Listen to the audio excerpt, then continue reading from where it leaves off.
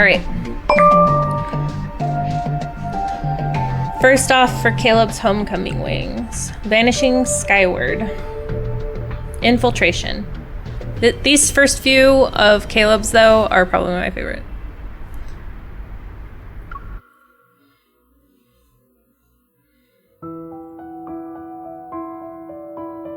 The feeling of having someone you love being manipulated for your sake and also potentially dying.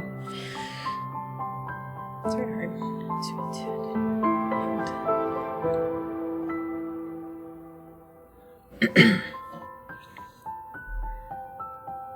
My vision goes dark.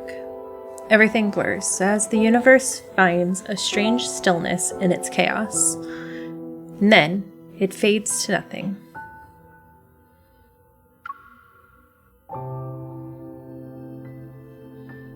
A strong resonance pulses through my body. It stirs fragmented memories that drift like fading apparitions. It was coldness and it just made her drowsy because... A pale planet appears. It's strange, yet familiar. And then there's an overwhelming force as silent as a black hole. It's a massive, artificial eye.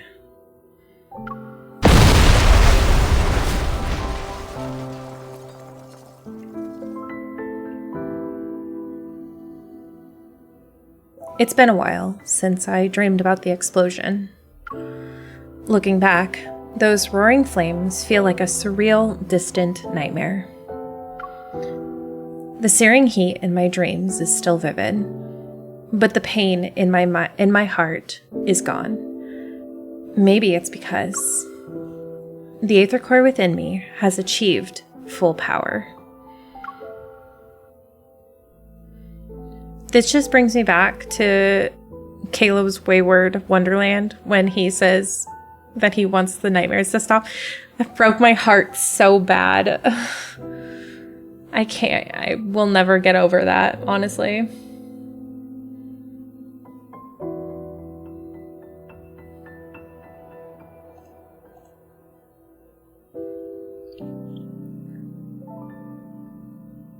To investigate and deal with anomalous incidents related to the Aether Core, the Association secretly began Operation Aether Ordeal.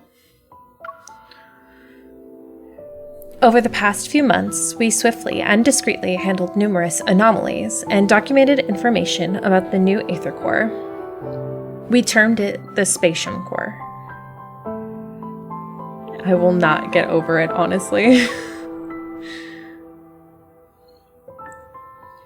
After completing several investigations, I learned how seemingly unrelated issues were connected in surprising ways. Silas's brief absence gave the forces who coveted the Aether Core in the N109 zone an opening. Xavier's former teammates, who have gone separate ways, possess cutting-edge protocore technology, and their goals extend beyond just targeting Xavier. The strange black crystals are deeply connected with the old battle, causing Zane's nightmares to worsen. And with the watchful eyes of some secret observers, Raphael is forced to quietly search for the power sealed within the tome of the sea god, not the tomb. When traced back to their sources, these unrelated threads are connected to one massive entity, Ever.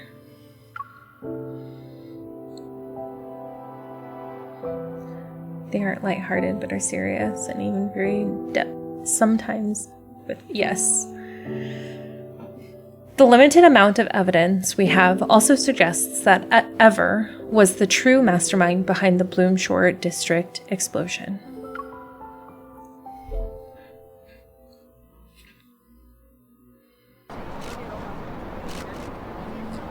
Oh, beware of flashing. I think this flashes for a minute, so photosensitive It's been a week since the explosion in the Cascade District. The Farscape fleet still has that region under lockdown. No updates, no details revealed about the investigation. The public is demanding answers. Is the new fleet colonel defying the Hunters Association by prohibiting hunters from investigating? Would you say tensions are rising? Yes, he's doing it on purpose because he doesn't want me to be part of it. Deal with those reporters. Deepspace. Understood. The entire garden has been blown to bits. Hey, rookie, go investigate. Oh, that's right. We go in as a rookie. Yes, Captain.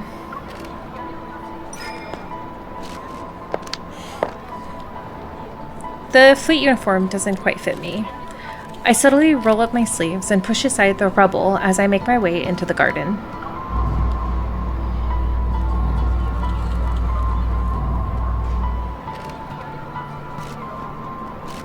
I got a lot of space for deep. The energy trail I can resonate with is faint, but it's similar to the one belonging to the Aether Core. The source must be over there. It's gonna rain tomorrow evening, and all traces will be washed away. Oops, sorry. The garden is in ruins. I bend down to dodge the fleet's soldiers and crime scene investigators wearing white gloves on the other side of the hedge. It's right behind these bushes. The burnt vines twist through the vegetation. The silent oppression swallows even the faintest of sounds. Park the vines.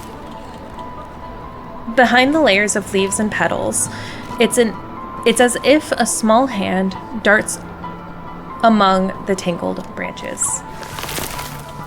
I quickly reach out, but my fingers touch another scorched wall. The brief, vaguely familiar energy fluctuation ripples. That brief, vaguely familiar energy fluctuation ripples through the air before vanishing.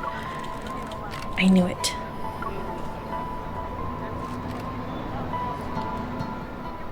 I decided to completely omit Caleb's past as a laboratory death and rebirth. Unless it meant something. He erased everything related to the lab. So, in the death and rebirth, because they didn't mention Silas either, I figured it meant that either something had been erased or they were omitting it on purpose. No, he didn't. And I figured it was because they were doing it on purpose. Either Caleb erased everything, or they didn't have a place for him to keep him more of a secret, or I don't know, because they still have him. They've done what they need to do with him as far as whatever's going on with his brain.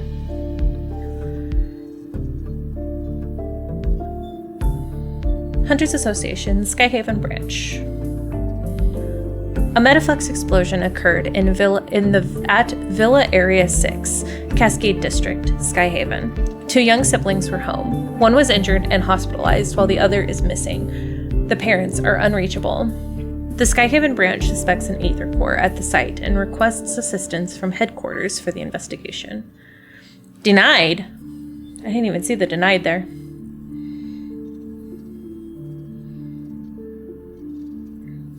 I think Infold is not dumb. They leave a lot of open-ended stuff to come back to. 7+ experiences. I know.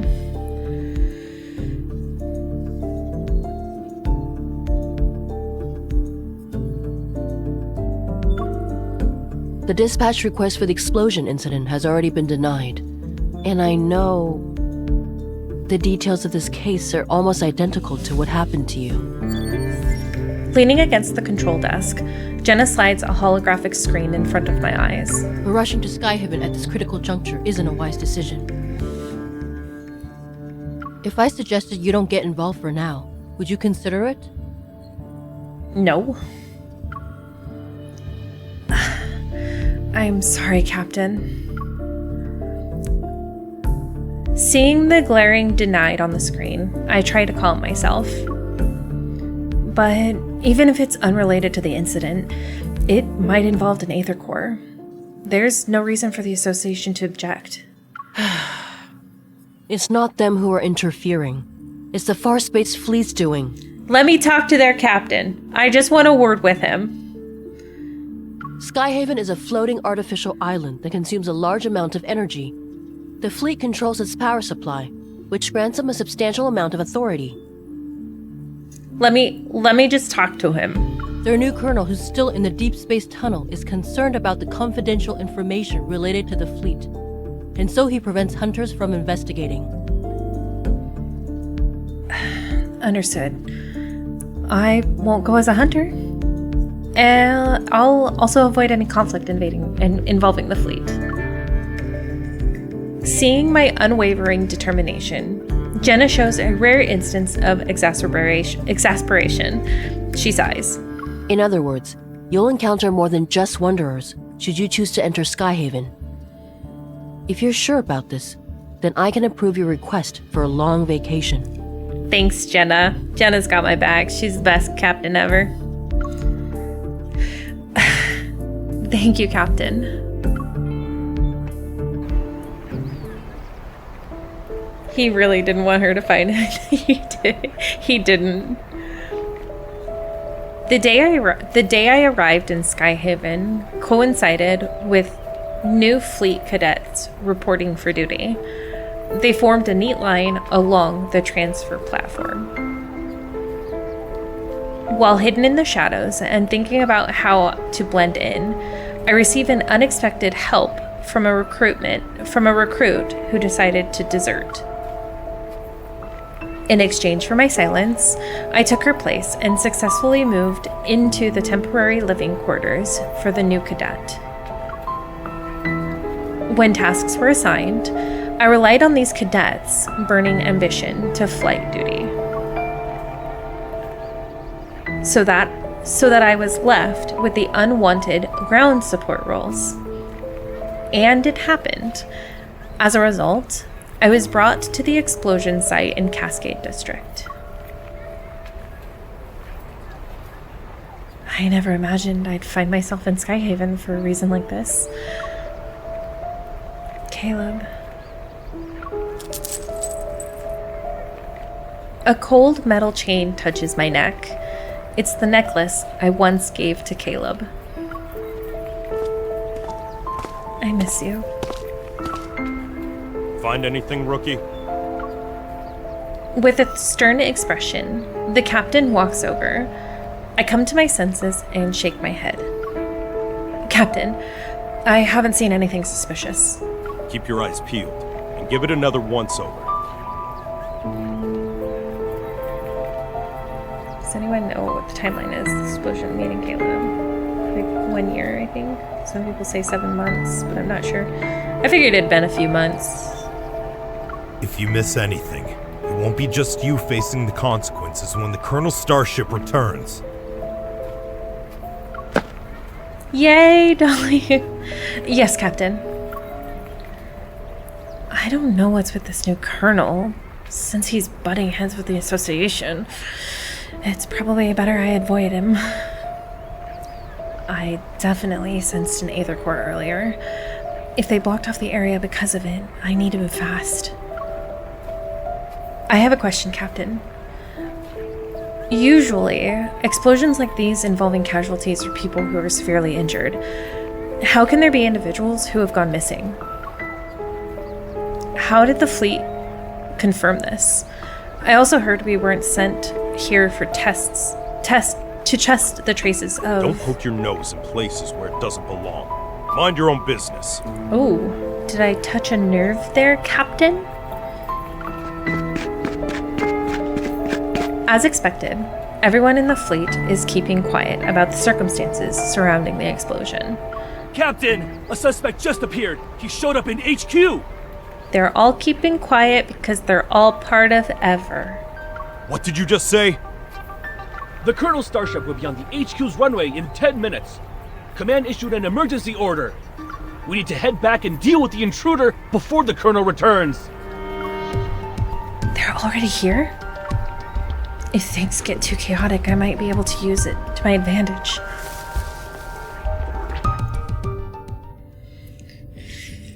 It's him! It's him! I'm so excited. This is such a good Colonel, part. everything is ready. We'll be landing in Skyhaven without a problem. Do we have any leads yet on the traitor who almost sank us in deep space 3 days ago? I'm afraid not. Maybe our navigation was off. It could have also been unexpected turbulence. I love a man in uniform.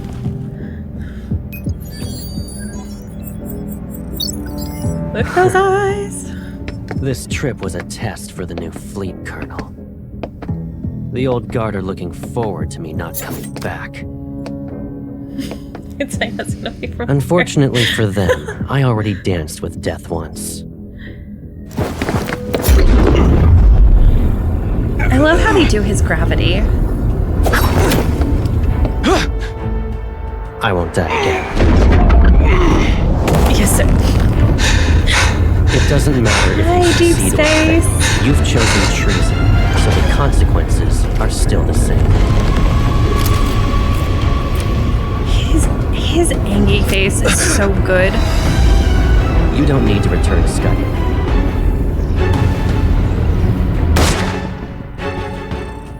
I like that they got real dark in this too. He said,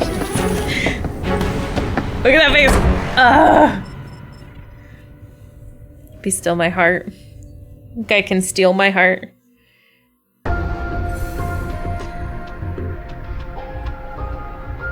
Alright, above the clouds. The way he walks. Seriously.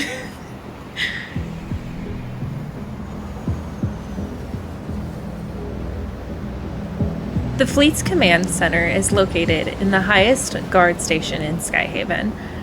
The island itself is surrounded by bright light and cold air. It's Aura 100%. Honestly. It's not the gravity that's attracting me to him. It's good to see the black hole death one. Yes. A tall, thin man stands at the edge of the runway, his right hand raised high like a tree touching the sky. It trembles in the wind. The sniper had already taken position before we arrived. The suspect is clutching a detonator in his right hand, so they haven't taken a shot.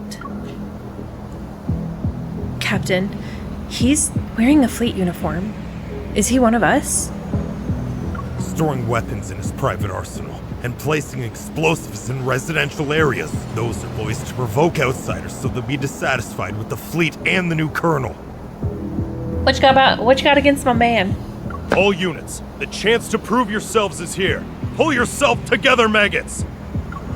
This is so cliche. I wonder who this suspect really is, and if he holds important information about this mysterious group. They made me. The fleet forced me. The fleet made him? Look at the poor bastard. Driven mad by spending too much time in the deep space tunnel. Block all entrances and exits. Make sure no one sets foot on the runway. Following the captain's orders, the entire runway is quickly surrounded in an impenetrable net. Suddenly, a loud buzzing fills the air.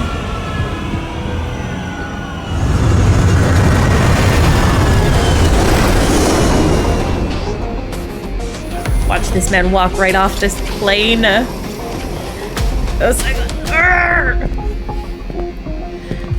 Caleb, can I just steal you, please?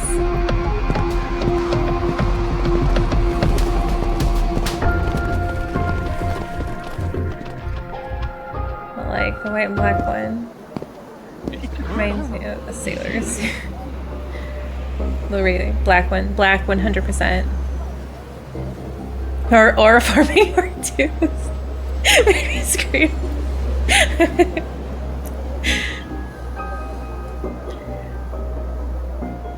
Under the spectacle of lights, the new fleet colonel, who's been widely discussed, steps out of a sleek black starship. In an orderly fashion, he approaches the man at the edge of the runway. His words are muffled by the wind. Joseph, you were chosen to be the pilot of a year-long deep space tunnel observation mission. Your outstanding performance 3 years ago was proof of your capabilities. His voice. It sounds familiar. The crowd blocks my view, and I can only catch a glimpse of the figure through the gaps. His silver armband reflects a dazzling light. You would have enjoyed the privileges befitting a skilled officer after your return. But 2 months ago, your wife and child died in the fleet's brig. Believing you revealed the fleet's secrets during your mission, you put your family under house arrest. They had died as a result. You're the person behind the Cascade District's explosion, yes? And you were trying to make a statement to the fleet by attacking its members. You know why? Ooh, he's very angry.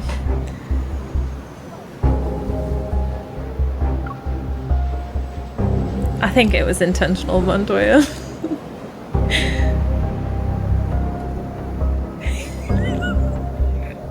You guys are killing me.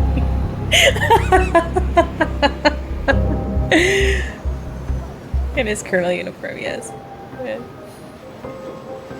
Joseph sounds as if his vocal cords have been torn, his voice unpleasant to the ears. And yet the information I collected tells a different story.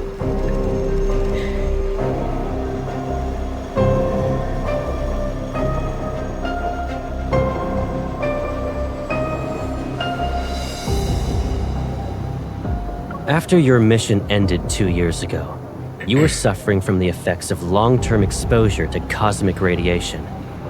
Your memories were severely affected.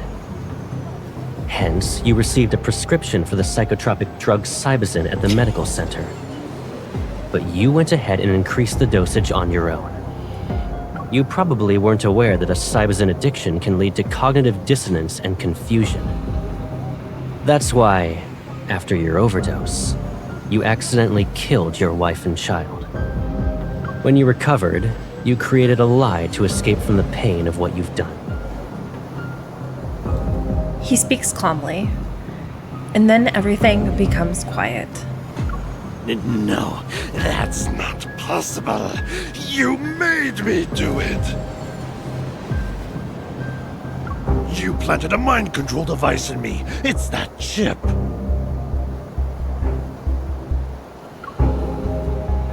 Okay, so this is when they first mentioned the chip. Joseph's hoarse voice is interrupted.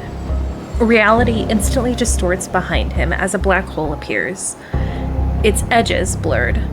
Enough. You don't need to defend yourself anymore.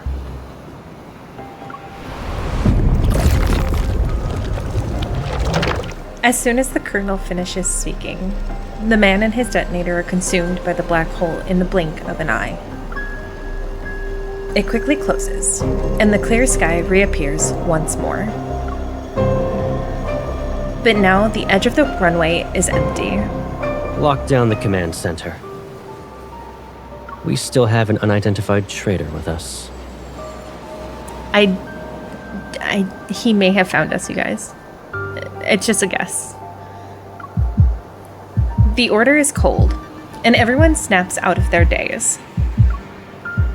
My palms start to sweat, and my heart races. There's only one thought in my mind.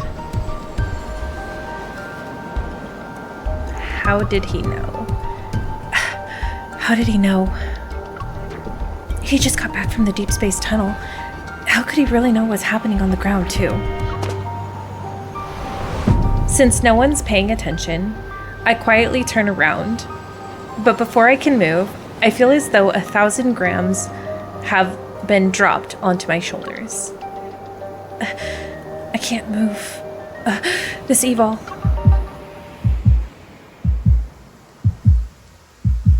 Caleb, please. I'm really just going out to buy some snacks. It's fine. It's raining. Oh, And did it's you older. forget how you came back home injured? That was when you went out to buy snacks too. You should stay here.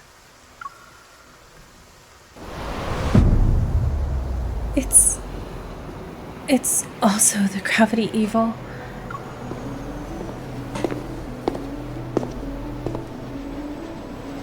The sound of footsteps stops behind me. A long shadow is cast. Don't move. Okay. The moment the voice speaks, my blood freezes. It's not because I'm scared. I heard this voice before. I know this voice. Colonel, I'll immediately start an investigation into her identity. No need. Why did that statement make my stomach flip? Like, I can almost hear the smirk in his voice. I love when he uses his evilness. So inappropriate. And I don't think that's controversial at all. I like when he uses his evil on us too. I think it's actually kind of cute and flirty.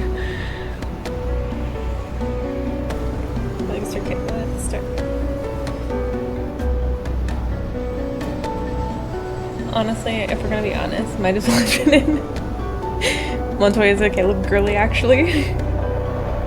It's just... Real talk though, this convo is so terrible. Mind controlling this guy to do all the terrible stuff, including his wife and kid. The farce. Yeah, it's the whole Ever's really is an awful company. Like, they're real bad. They're not just bad, they're like actually bad. But that's fine.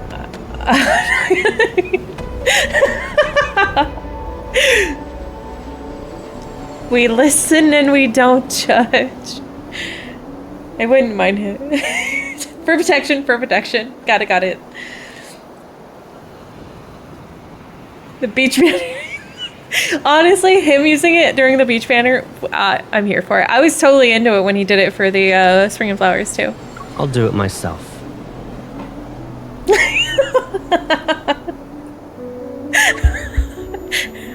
You guys are so funny. My mind goes blank. It's as if the noise around me has been filtered out. Caleb.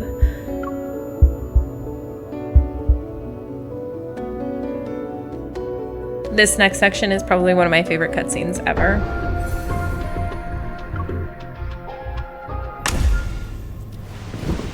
I've watched it a million times, I'm not gonna lie.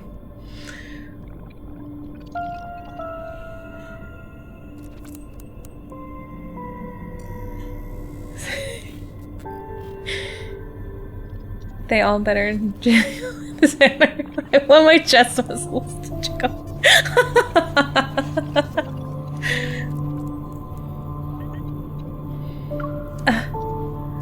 I'm forced to sit in a chair used for questioning. Restraints emerge from it to secure my hands and feet.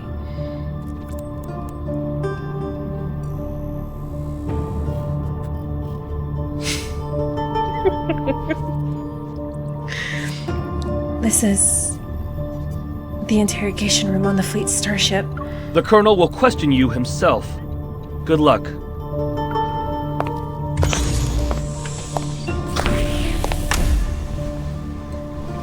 After the door closes, a harsh, incandescent light shines down from above.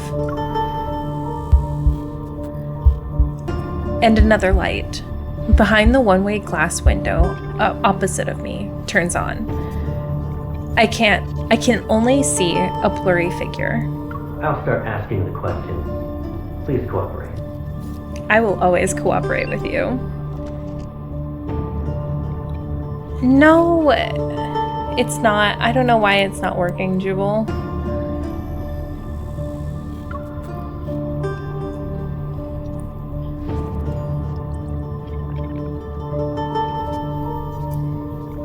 The icy air in the interrogation room gnaws at my chest. I take a deep breath and try to calm down. Let's go. Colonel, I'm small fish. Why are you personally interrogating me? You deceived the entire fleet with a fake identity. Can you really be called a small fish? Do you know what happens to people who pretend to be a fleet officer? They get interrogated by the Colonel? Despite figuring out who I am, you didn't attack me. Instead, you brought me here to an interrogation room. Either I committed a more serious mistake than pretending to be an officer, or I have a secret that piques your interest.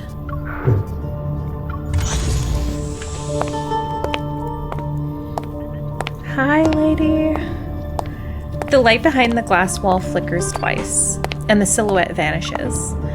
He enters the room without missing a beat, his military boots touching the alloyed floor.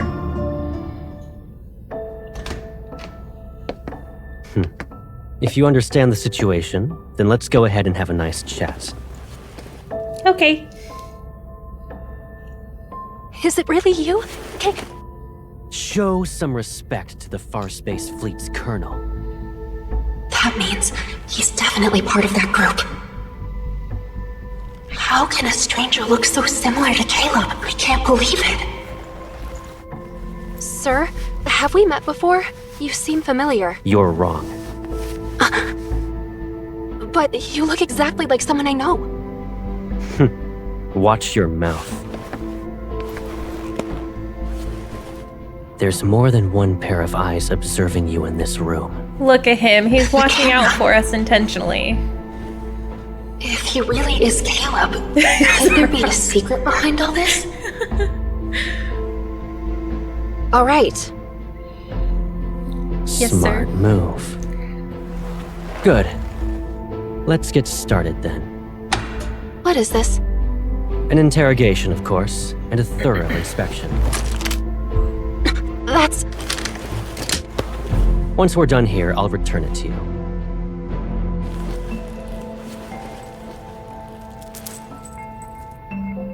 It belonged to someone from my childhood. He died in an Look on his explosion, face. like the one in the Cascade District. This statement's so sad. I miss him. Sir, can you tell me something? If that person hadn't died, would he support me even now? I actually In like... the Farspace Fleet, there are only soldiers and officers. I actually like that MC asks him that question. There's something about that question that Then, just... what about you? Will you support me? Do what you're told and don't cause any trouble. You won't get hurt then.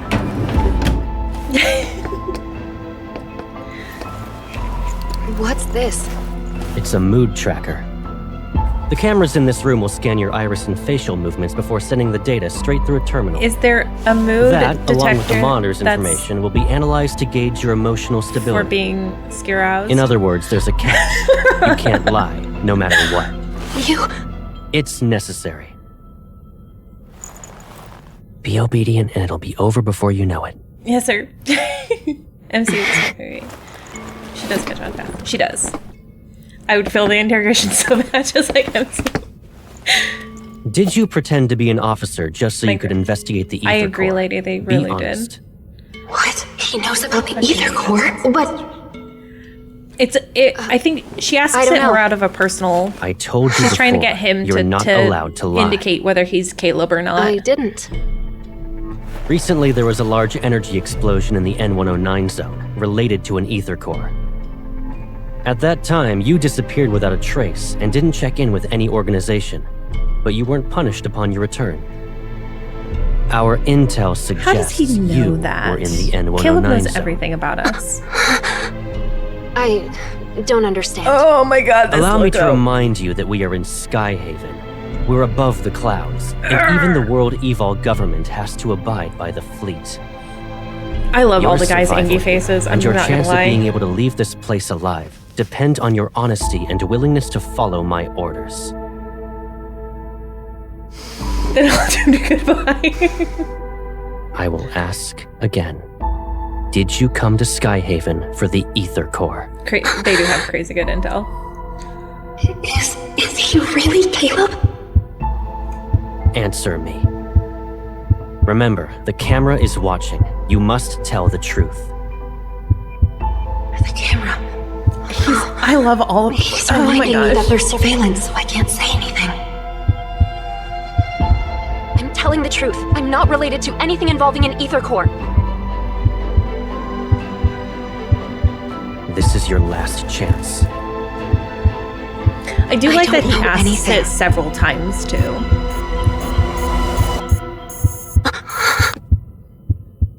Look at that stick, she's failing. He's got her back, it's fine. You passed.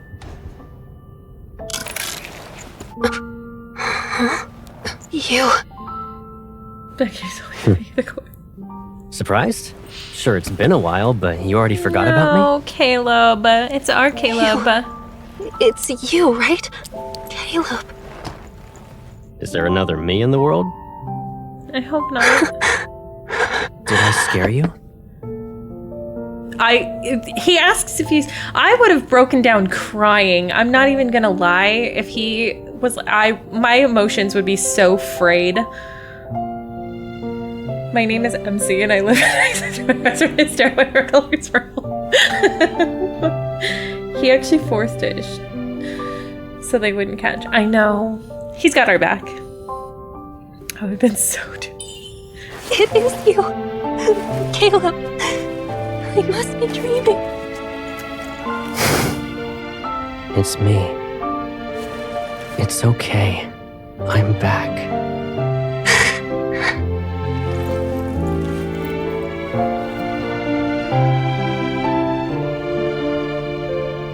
He would have slapped him and hugged him.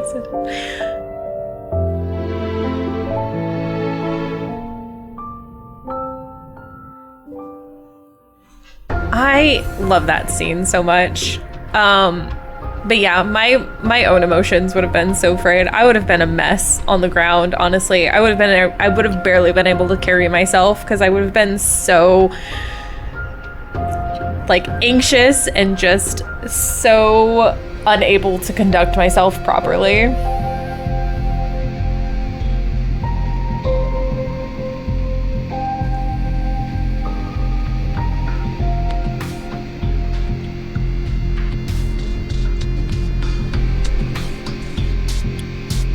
Maybe I don't care. It's interrogation.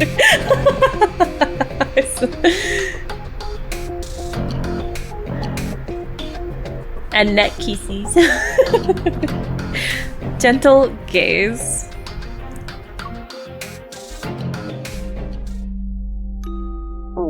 Don't be afraid. It's all right. From now on, we'll be living together. It really would have been a lot, which is why I'm saying that I would not have been able to keep myself together as much as she did. She's the me that I wish I could have been, because man, I would have been a mess. Does this mean we'll never be alone again? Yes. Starting today, I'll be your grandma. Grandma. In the empty void I see, everything is like a painting's white background that is seconds away from being drowned in a sea of color. There's no expectations. The figure standing before me, who's strikingly clear. Who are you again? It's okay if you've forgotten. I'll remind you. No, Caleb. He holds my hand. With a radiant smile, his eyes gleam like sunlight. I'm Caleb. I'll always be by your side. I just realized something. They have probably already been together for a while in the lab, which means he knows exactly who she is. And for her to ask that she doesn't remember who he is, and he's like, don't worry, I'll always remind you, means that he's probably reminded her before. And that's so sad.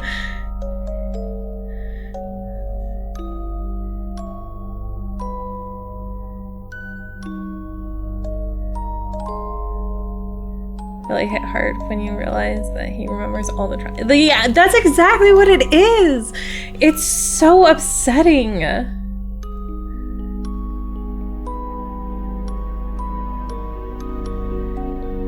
Because the enemy territory, obviously. How Caleb was.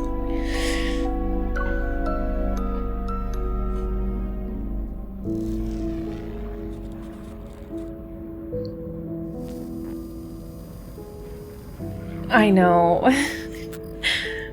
My mind returns to the present.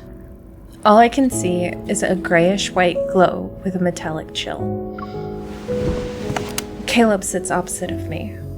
He reaches for the first aid kit as he holds my wrist, which has a mark from the restraints earlier. I like Most when he of the steps fleet's in meds like work that. immediately. It might sting. You need to tough it out. Every time she...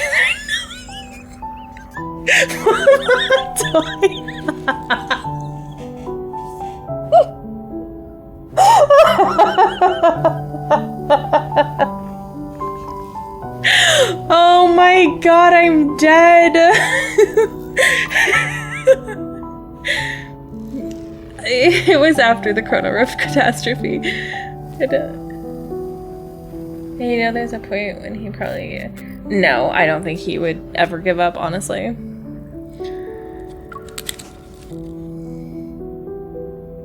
His tender care is completely different from the cold, intimidating facade he wore in the interrogation room.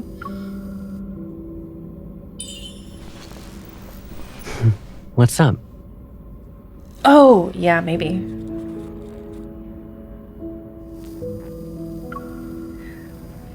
I need to be sure.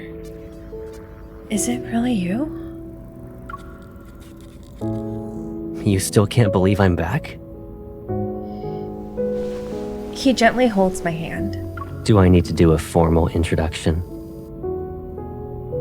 He meets my gaze, and his voice softens as mirth appears in his eyes.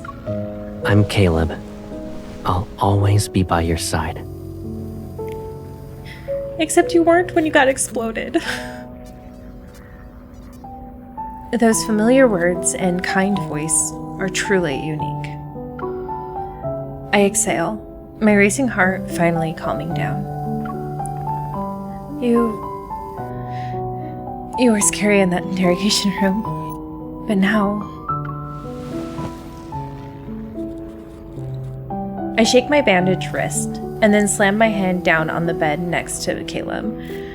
When he's about to stand up, I get in his way again.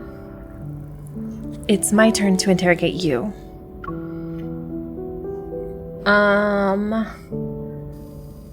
We know we're not going to do this last one because we know Grandma is dead. What happened after the explosion? Why did you contact me? Oh, why didn't you contact me? I feel like canonically my MC would say, why didn't you contact me? And why are you Colonel now?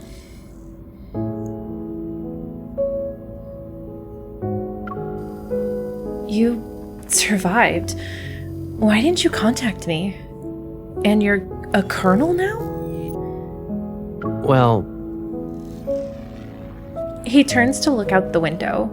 The night sky resembles a dark flowing river.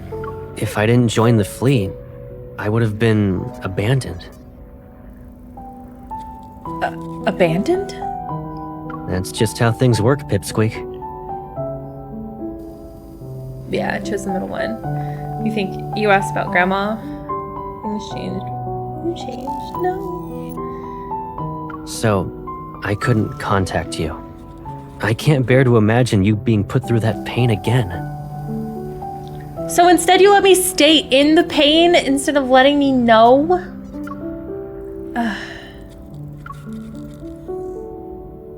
Caleb isn't exactly interested in explaining, so I don't press him. What matters is that he's alive. Oh. What happened after the explosion? The police and the Hunters Association said... I don't really remember. It was like a dream, to be honest. When I woke up, I assumed it was connected to the ether core. So you already knew it? I just knew. That's all. Mm-hmm. Just knew, quote unquote. Dude, let us marinate and ferment in the vein. How's Grandma? If you're still here, she must be okay too. I'm sorry. I couldn't protect both of you. As Caleb's gaze loses some of its light, the faint hope in my heart breaks. Alright, let's move on. You might start crying again if we don't. We finally reunited. If Gran knew, she'd want you to cheer up. The girl protected him, and his gravity well protected her. So, they basically ended up helping each other out. Caleb closes the first aid kit and stands up. He returns it to the cupboard. After all that interrogating, shouldn't we relax? You've been running around all day and must be exhausted. Let's get something to eat.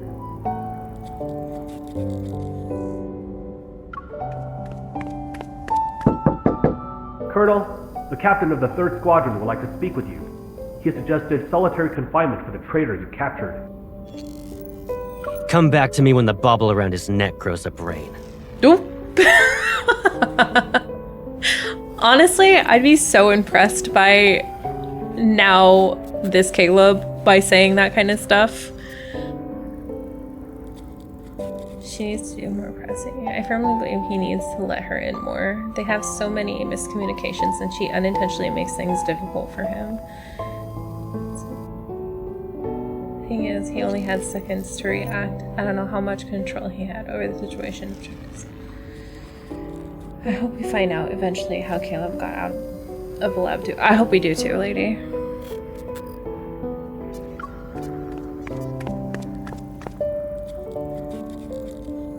Caleb, you're being really strict.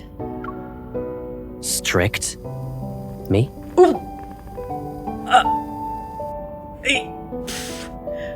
My mouth would shut up so fast. His armband shines. Maintaining his stern expression, Caleb returns to my side. I haven't even disciplined you. And your cover's so good that you're living in the officer barracks? Oh, I mean, he could discipline me if he wanted to.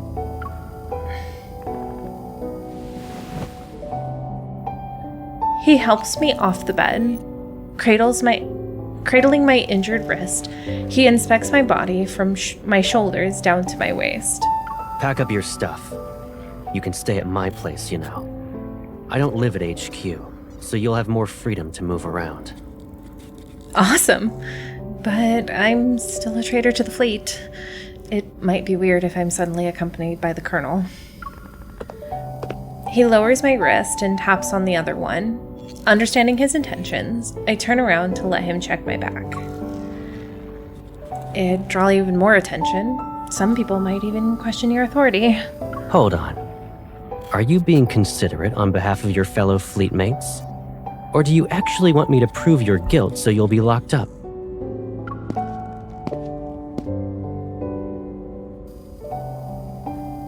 Once the inspection is done, Caleb moves over to face me. Don't worry.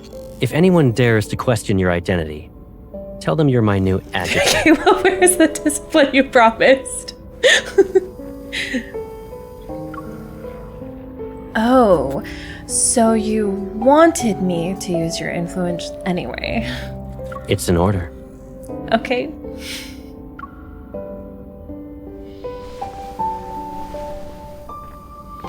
He chuckles, takes off his hat. Taking off his hat, he places it on my head. The Colonel's whereabouts are classified. The same goes for the people around him. If rumors could threaten me, I wouldn't be wearing this armband.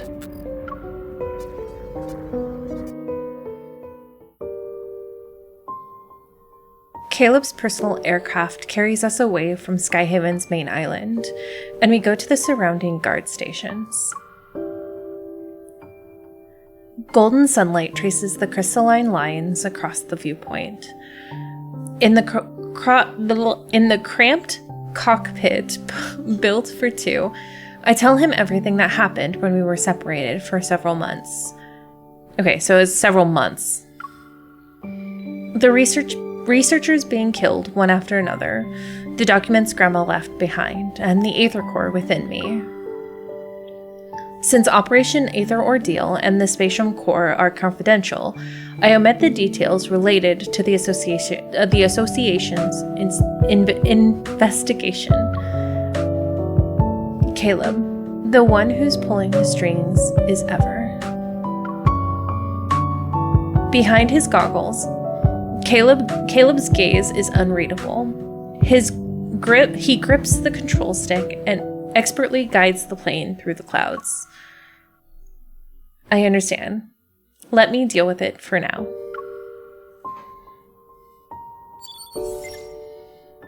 "10 minutes later, the scenery projected from the starship's camera shifts to a floating, fragmented island.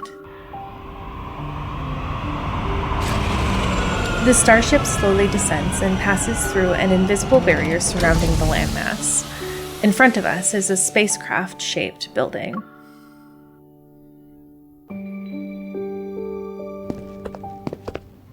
Here we are.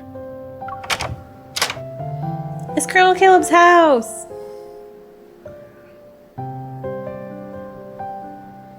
The white glow from the entrance's lamp disperses the darkness. The entire room is flooded with light. I hang my bag in the closet by the entrance before running my hand along the cabinet. Look at all this dust. Caleb, you didn't invite me over just so I could clean your house, right? This place is usually empty, and I rarely stay here. Of course, it's not exactly pretty. Move. Oh, okay. Holding a few jackets he took from my luggage, he lightly nudges my foot. Only the toiletries are left. Go ahead and sort out your stuff. Oh, actually, hold on a sec.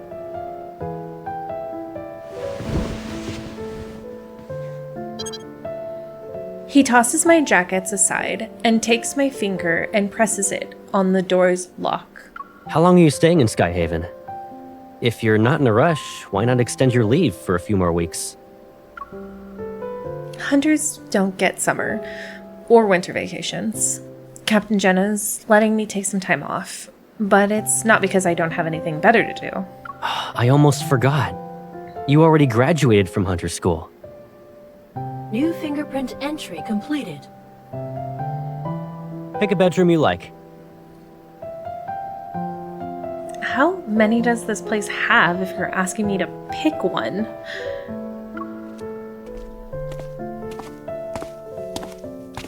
Surprise bakery.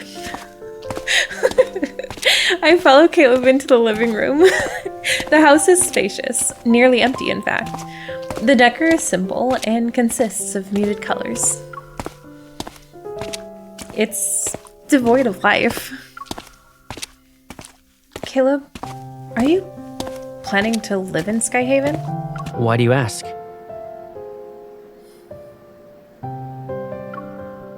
Doesn't this mean we'll be separated again? You don't want that to happen, right? I'll be busy since I'm a hunter. I'm just giving you a heads up in case you'll miss me. After navigating through several doorways, I stumble upon a bedroom with a comfy lighting. I stop before it. Yeah. Without our wanderer chasing hunter, we'd all be doomed. You know what? I didn't realize this, but Caleb's voice actor really, like, got comfortable with Caleb real fast. It might be because because all the boys were from the beginning. He just feels the most like he really stepped into Caleb's role real quick.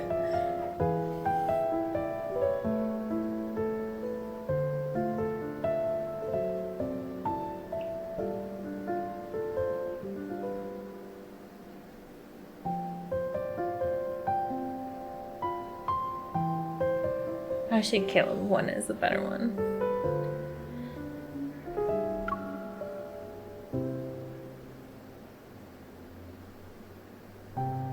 Caleb leans against the doorway and looks inside. You like this room?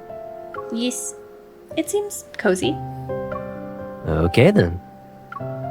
His lips curl into that familiar, teasing smile as he heads towards the kitchen. Think about what you want to eat for dinner, and your personal chef will make it. Really? I catch up to Caleb and jump. I wrap my arms around his neck. Make all your specialties. Braised pork, sweet and sour fish, pork chops. Do you actually want to eat all that, or are you just naming all the menu items? You have quite the appetite. With my weight on him, Caleb pivots before putting me down. You don't need to help out. Just relax in the living room. Oh yeah, just so you know, that room you claimed is mine. Oh, well now it's mine. Oh, I love Caleb so much.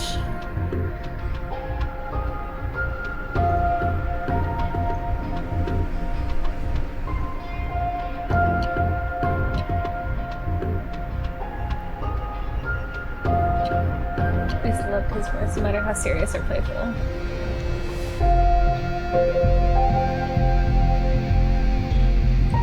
It was more of a change in persona that made his voice a bit more complicated at the time. Not so much his voice itself. I claim you too, K-Club. My personal chef, my wifey.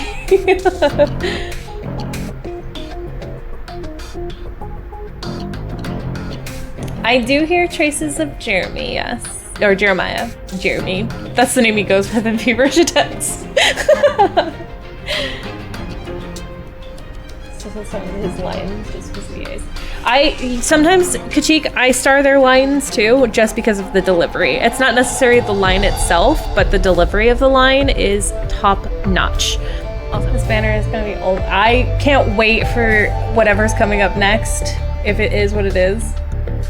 I feel like they have slightly different inflections, but it is possible it could be Jeremiah, since Caleb is just a side character to begin with. He does sound like Jeremiah, but it's gonna be the equivalent to the Valentine's Age. They better give us spice. Hoping the bride to Deepspace.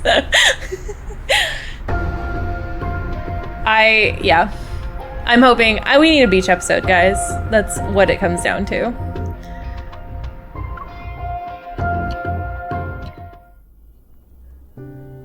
I think it's just a rumor.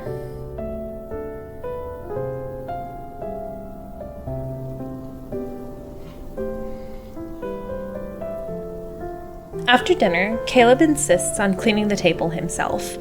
He tells me to rest, and he'll get to my bedroom, get my bedroom ready soon. My bedroom, which was his bedroom, but now it's our bedroom. I hesitate for a moment before deciding to ask him about the explosion incident. Just as I reach the terrace, thunder roars from outside. The sound alone makes me jump. Maybe it's because we're closer to the sky here. Seeing Caleb's busy figure, I calm down a little. Caught by his gentle gaze, the words stick in my throat. I can only say a random sentence. Honestly, MC, I would only be able to say a random sentence also. I want a soda.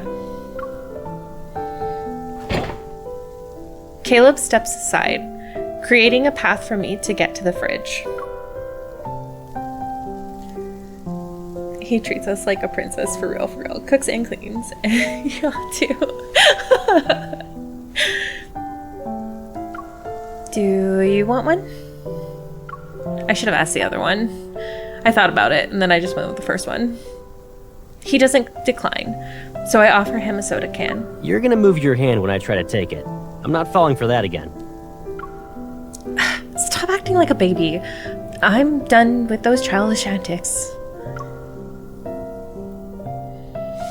Caleb reaches out, but I quickly move my wrist so the soda avoids his fingers.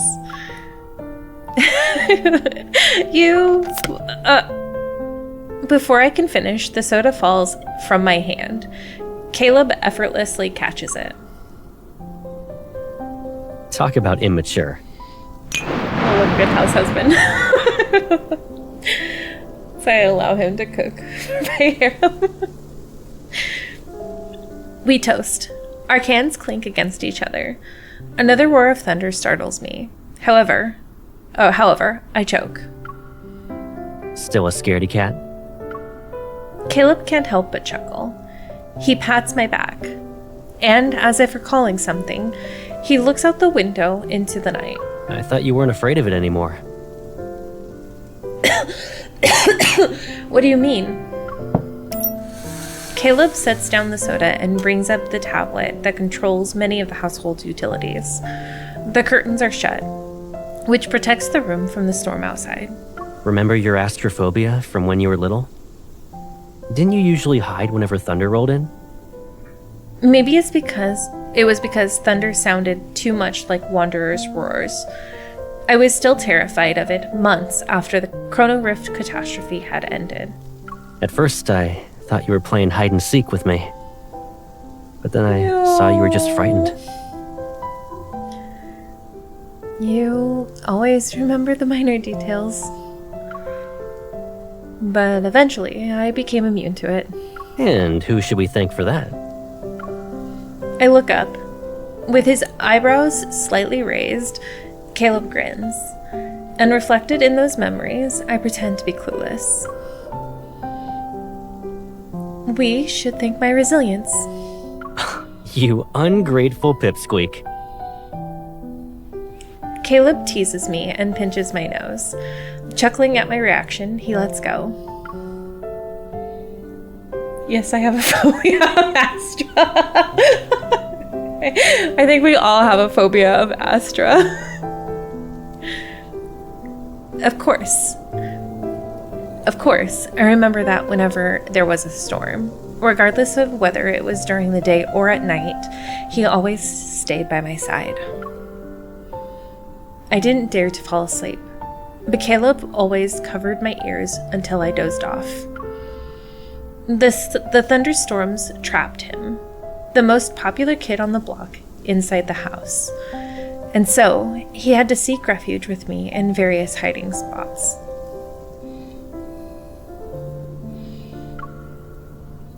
No one else knew it was me that was trapped home, and Caleb was the one who broke the magical cage. Caleb, why were you always the first person to find me? It didn't matter whether I hid in the closet or the attic. We probably have a telepathic connection. Maybe. You just got lucky every time. Yeah, and? Doesn't matter if I'm lucky or not.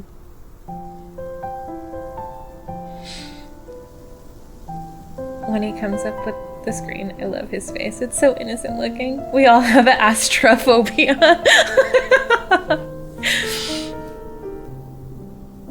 Sentimentality grazes my heart's surface. My hand that's resting on the fridge subconsciously twitches. Why do I feel awkward all of a sudden? I mean, isn't telepathy usually something twins have? Like the ones who are involved in the incident. Thinking of those two that were affected by the explosion, my voice lowers. Over the next few days, there wasn't any progress in finding Kevy, and his sister, Mia, is still recovering. Caleb, You still want to investigate? Caleb has already read my mind. I hesitate for a moment before nodding. Kevy is still missing, and I need to know if Ever is related to the explosion. If Ever is involved, there's a good chance I'll get important information that connects to the Ether Core. Kevy might already have been marked as their target. The fleet will handle it. And even if you doubt them, can't you trust me? Since you're on vacation, why not just kick back and relax in Skyhaven? But Caleb, his sister must be worried sick about him right now. She's probably wants to be with Kevy again.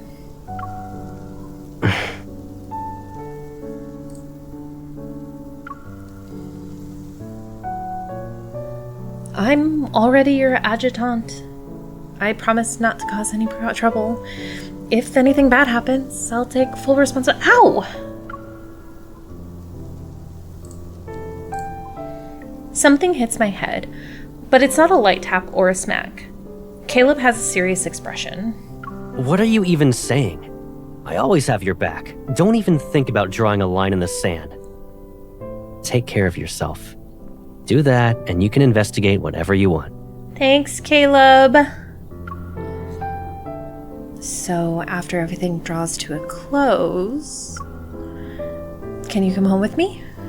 I remember you saying you'd be fine by yourself, but it seems like you still want someone with you. I don't want someone with me. I want Caleb with me. I'll worry about you if we're always separated. Is that the only reason?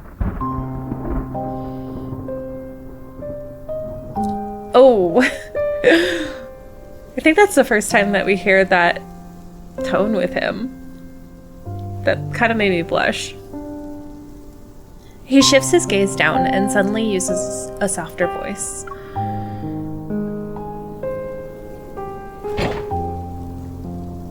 The fridge door is slightly ajar, and Caleb's hand rests on it. I'm seemingly trapped in this confined space. A cool breeze brushes against my shoulder. The faint glow from the refrigerator casts a shadow in the depths of his demeanor. Steadfast gaze. Oh, is it just because I said I'd always be by your side?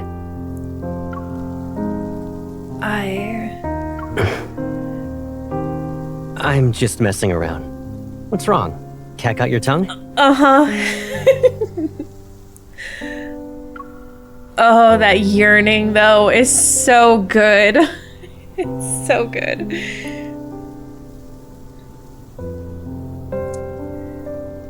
This would have gone so much smoother if he'd just talked to her.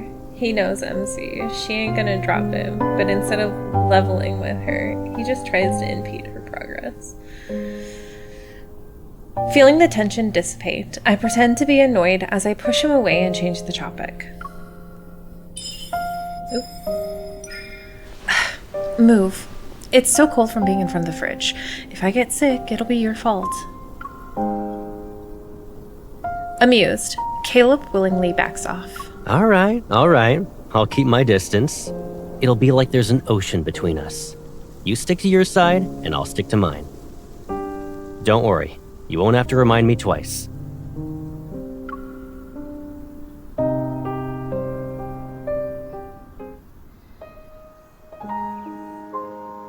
Yeah, but he can't do that because he needs to be in control. Those eyes. She wasn't, unfortunately. That's why. It's true, she was a little bit reckless. Caleb has returned to my side. I should be relieved, happy even, but I tossed and turned in bed that night. As I open my eyes, the bright morning light filters through the curtains. A warm glow is cast on the bedside. After staring at the dimly lit ceiling for what feels like an eternity, I wearily get up. The house is silent, It seems Caleb just left. My breakfast, still warm, is sitting on the dining table. I notice a note tucked underneath it. Your highest priority is resting and enjoying your meal. Everything else comes second. I smile as I fold the note. When I sit down, I get a voice message. Did you eat breakfast yet? I'll be sorting some things out with the fleet. I'll pick you up later. Yeah, okay. I finish eating my breakfast while going over last night's plan in my head. All right, it's time to visit the medical center. Oh yeah, we get a guest star from Zane.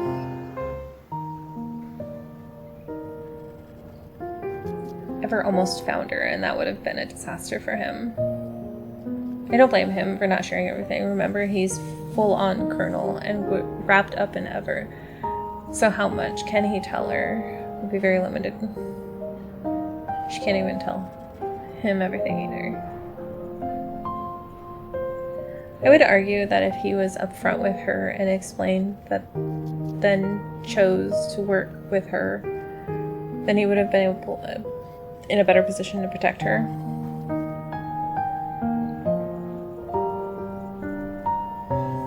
Let's see, it's very reckless. Oh yeah, I forgot about that old lady. Willow Medical Center, inpatient department, 9th floor, room 903, Mia.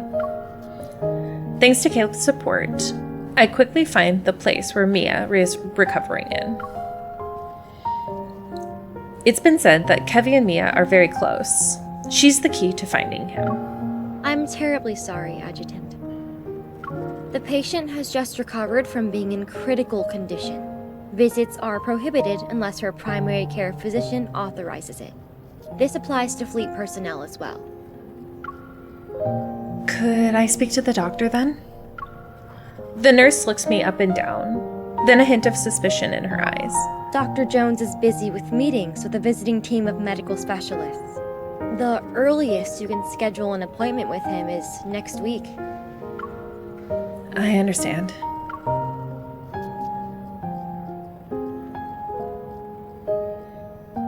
Mia is in a precarious situation right now, but with the hospital's strict security measures, her safety is guaranteed at least. I find myself walking to the elevator, and my gaze falls on the directory sign. The administrative offices are on the 16th floor.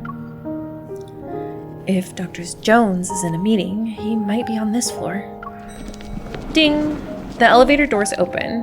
While engaged in hushed conversations, several doctors step out.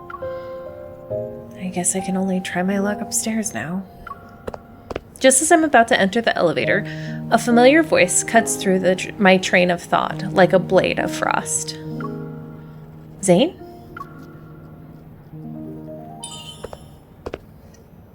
Zane! Oh, what's that little head shake? He's like, ah, oh, damn it, she saw me.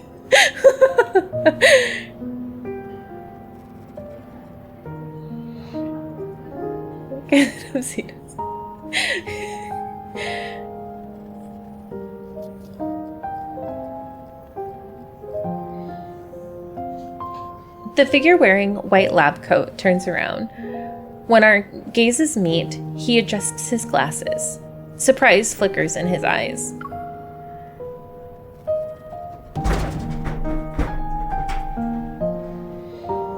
Is this the confidential schedule you talked about 2 weeks ago? Don't worry, I'll experience memory loss once I get back to Lincoln. At the vending machine, Zane gets himself a latte. He gives me a bottle of pear juice.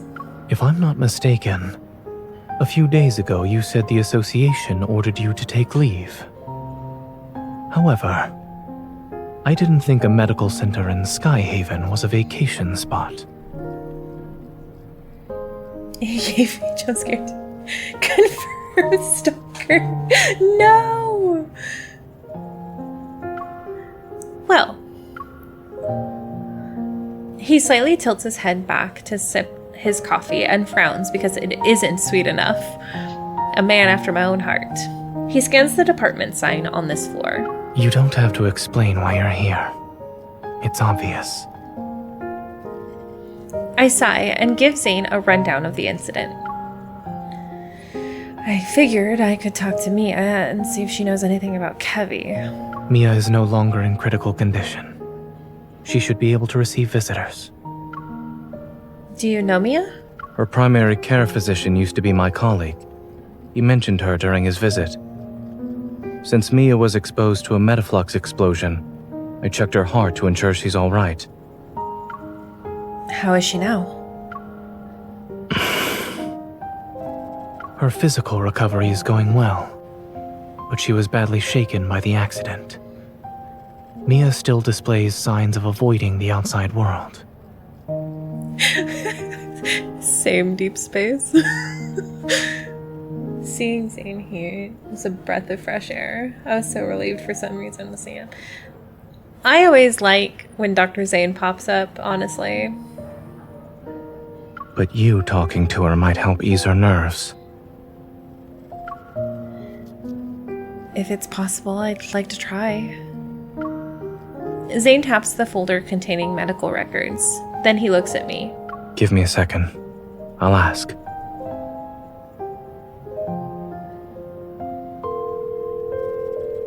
Dr. Jones, do you have a moment? A few minutes pass. Then Zane puts his phone away. Under my hopeful gaze, his expression softens as he nods. Follow me. I'll check on Mia's condition first. And if she's all right, I'll ask her.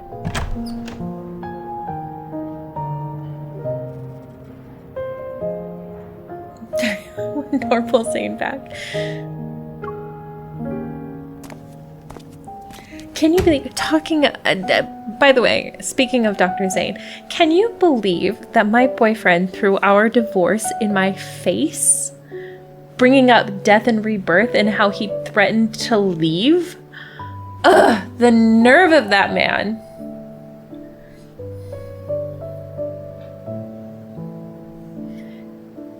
In the pristine white room, a young girl, around 10 years old, sits on the bed. Her face is covered in bandages. I was grinding my teeth over this the first time. The nurse said you drank some milk today. That she didn't. That's good. About everything. I think it could have done a lot more to help. I agree. Well, I feel like... I know! Rude, right? I feel like Dr. Zane also knows more than he's letting on. And that started to show in Death and Rebirth also.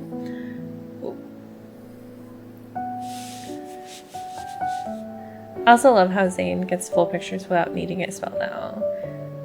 This story and Death and Rebirth. He does. Zane is very perceptive. Mia turns her head without responding.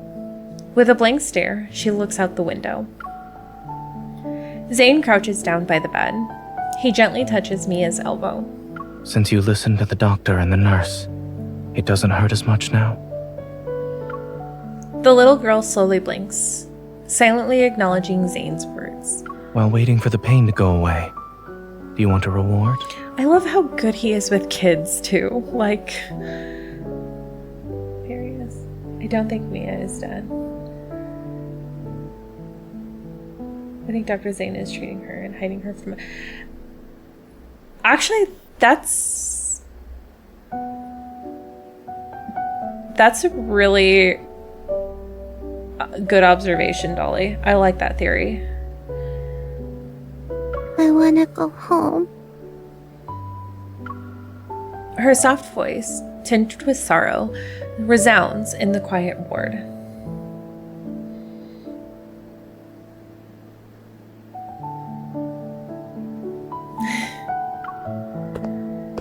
My heart feels a faint pang, as if the voice reached out to me, urging me to move closer. However, I hesitate, unsure of how to start a conversation. Seeing that Mia has noticed me, Zane speaks in an even gentler tone, which radiates reassurance. She's my friend. A skilled hunter who saved many children like you. Huh? It's unclear which of Zane's words affected her, but she slightly stirs. Hello, Mia. Zane calmly observes, stepping back only when he sees Mia doesn't flinch at my approach. Do you want to talk? Mia hesitates and nods. Relieved, Zane and I exchange looks. Zane leaves the room. On his way out, he taps my hand, silently telling me not to stay too long.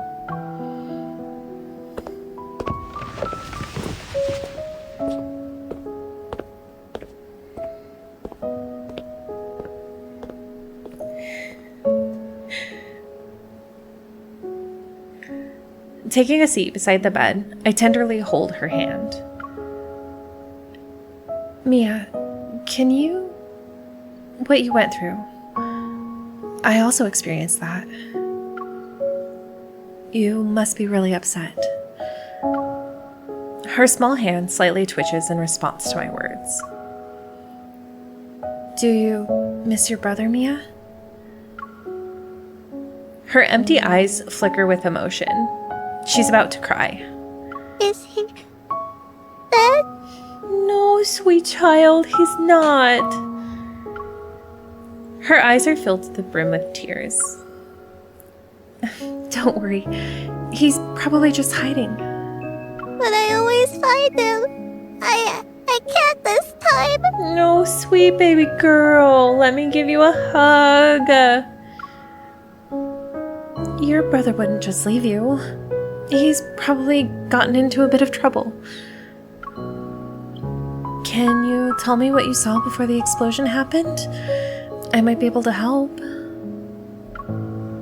She stares at me, and just as she's about to speak, a knock interrupts us. A person wearing glasses and a dark-colored uniform enters. He has the Farspace Fleet's insignia on his armband. It seems the Colonel forgot to inform us. What brings you here, Adjutant?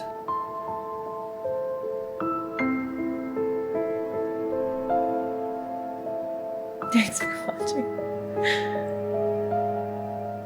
Poor baby, I know. His scrutinizing gaze washes over me, and I look away. It seems today won't go according to plan. The Colonel has his reasons. Just do your job.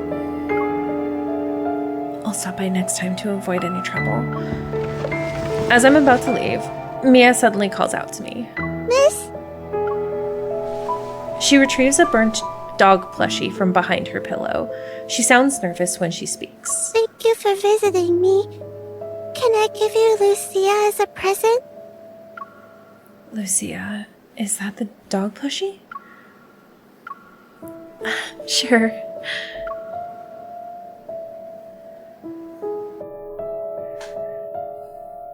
Is that Grayson's portrait? Grayson confirmed part of the Farspace fleet? Obvious, he wants to keep it a secret since MC literally just stumbled across him.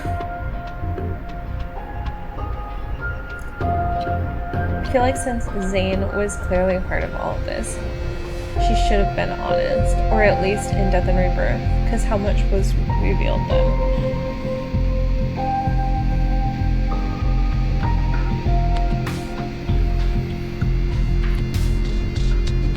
MC doesn't say a lot of things. She does the I can figure it out myself a lot. And I think she needs to rely on all of the guys a little bit more. I think the only... Actually, I'm gonna pose a question to you guys. I think the only person who is open with MC, aside from maybe letting her figure shit out herself, is Silas. All the rest of them keep shit from her all the time. All of them. I think Silas is the only one that's open to her.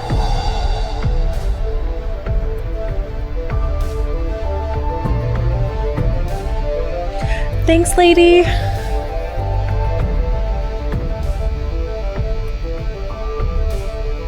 Great is part of the drama, but oof. Oh, come on, we all love the drama. We love the yearning and the fighting and the you should just talk to each other. It's the angst.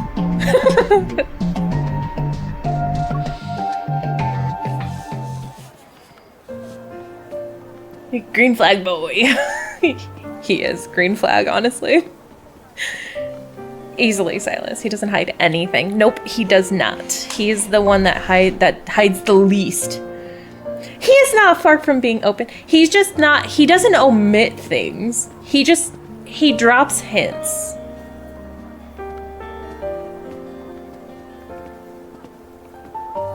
He doesn't outwardly say things, but he drops hints enough that she'll figure it out. So he doesn't really hide anything. He's acting so aloof.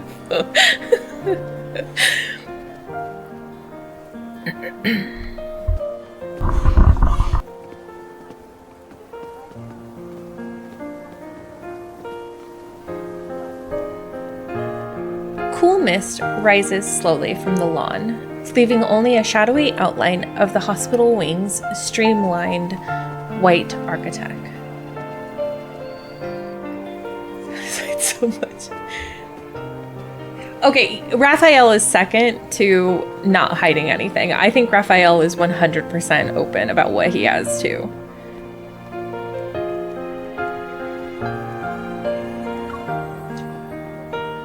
I squeeze the dog plushie named Lucia. I'm genuinely puzzled about what Mia's intent was. Is this just a gift? Have you made any progress? My only thing about Silas is that he knew she was an experiment and still wanted... Okay, I will give you that, Dolly.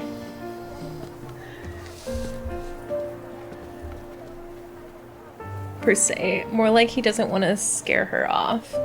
He's waiting for her to meet him halfway. Zane sits down next to me. He gives me a cup that's filled with a drink. I don't know what it is, though. Is this milk tea, a health drink, or a fruit slushie? Warm water.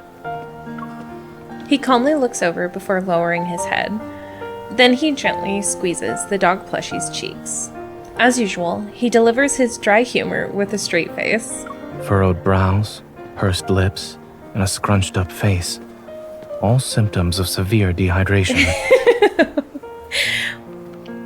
There's no way my face is...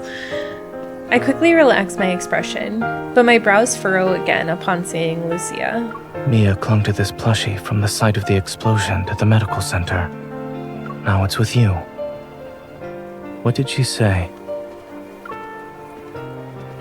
I said I'd help her find her brother. Kevy?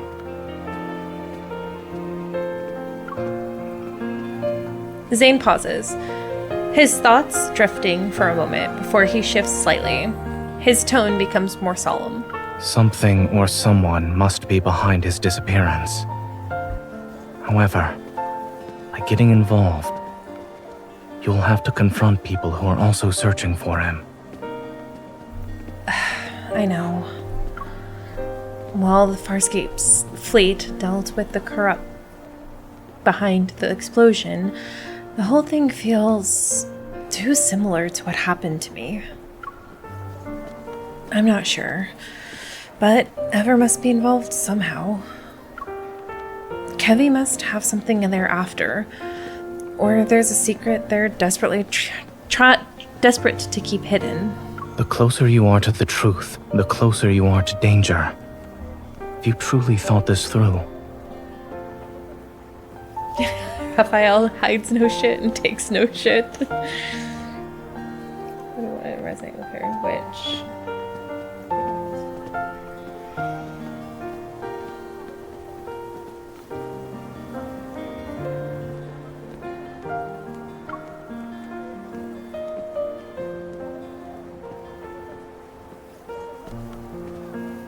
Once they make their move, there will be a second time and a third time.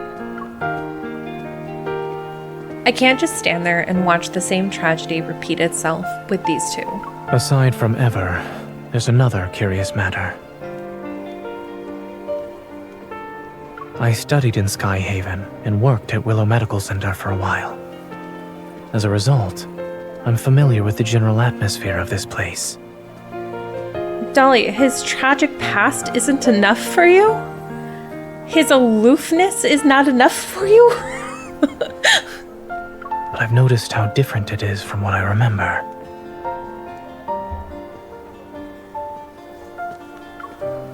What are you trying to say? The fleet.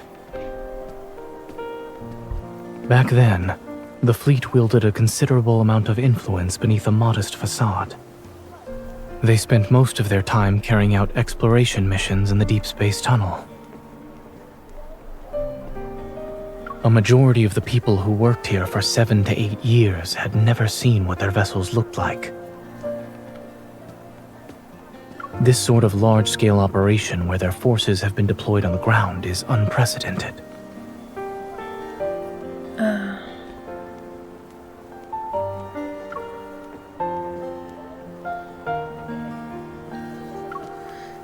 Even if there is another reason behind the fleet's large-scale operation, with so little information available to me, it's hard to determine their role in the incident.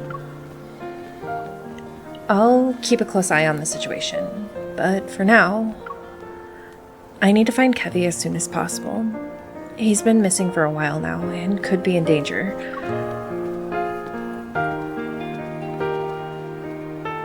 Zane nods and looks up at the dark clouds in the sky. Did you find any leads? It's been a week since the explosion. The fleet must have searched through every nook and cranny of the explosion site in the surrounding area. If they can't find him, Kevy must have either been taken away by someone or is hiding in an even more secluded place. Well, the latter seems unlikely.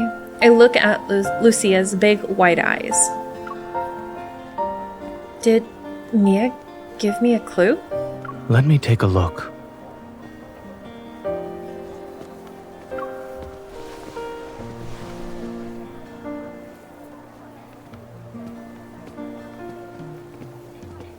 I give Lucia to Zane. He scrutinizes it for a moment before tugging its charred tail. There's a burst of static before a voice crackles from the plushie. Where are you hiding? I'm done playing! Mia, you're so silly. I'm in our secret base. But we said not to hide in the secret base. You're cheating! Noticing my surprised gaze, Zane places Lucia back onto my lap and strokes its head. I've seen similar toys with sick children. I knew it was a smart move to turn to a doctor. I carefully pull Lucia's tail and listen to the conversation again. Then I realize something. Maybe Kevy hasn't been taken away. He might be hiding.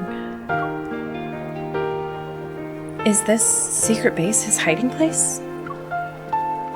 I turn back to look at Zane and speak. Don't. I'm tired of hearing that.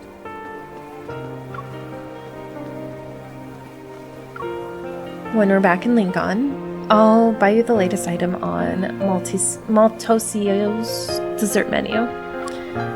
I suddenly recall how Zane has taken several consecutive days off after returning from Chansha. It's something he rarely does. You've already used up some of your vacation time. Will you be busy later? I can get the dessert to go and give it to you at the hospital instead. This is the first time I've heard of someone inviting another out for dinner by using a complaint. I'm afraid I'll bother you when you're busy. Zane slowly leans back, studies me for a moment, and then reaches for the cup of warm water. His expression remains indiscernible.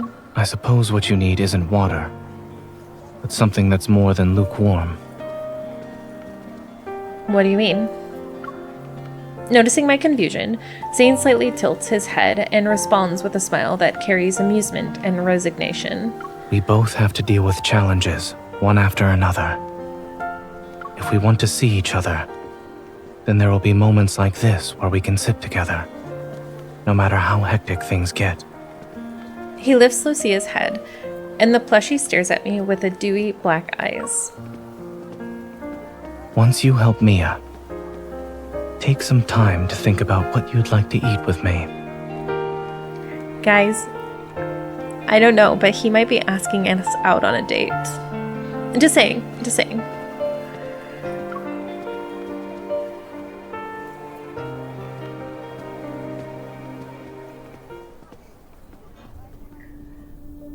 I need him to look us up as Stormbreaker. He wants to compete with Caleb.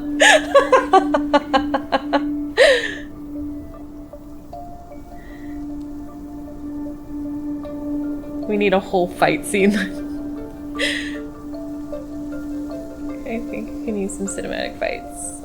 I agree that we need more cinematic fights.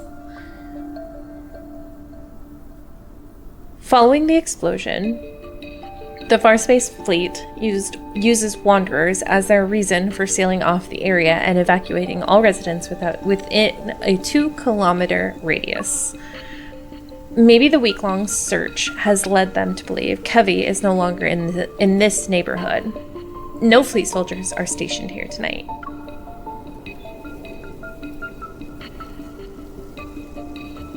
He's definitely asking her out on a date. Sorry, Zane, I'm divorcing you after what you did at Death in Rebirth. No, I refuse to divorce Zane. At least I know Raphael and Caleb will never leave me. It's true. Also, Silas can't leave us either. I mean, he could, but he's like actually tied to us. Legitly. He's trying to make a move on Kalo's chapter? How rude. Give a chance thing down. Every time he asks out on a date, my mind goes blank. Absolute zeal. I will never get over absolute zeal. The charred ground reveals several sets of footsteps, all disorderly. Many have passed through this place. Kevy.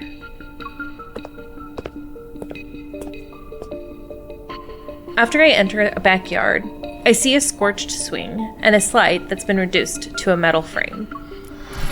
I pause before carefully tugging Lucia's tail. If Kevy is still around, he might hear this.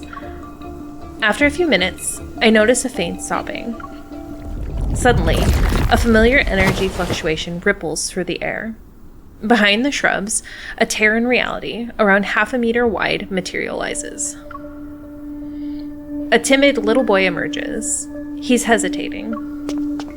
Realizing I'm not his sister, he tries to run away, but I quickly call out to him. Wait, Mia sent me. The boy freezes. He turns around, but his head is still lowered. He's unwilling to meet my gaze. You shouldn't come any closer. Don't look at my face. Have I become a monster? Oh no, sweet boy, you have not.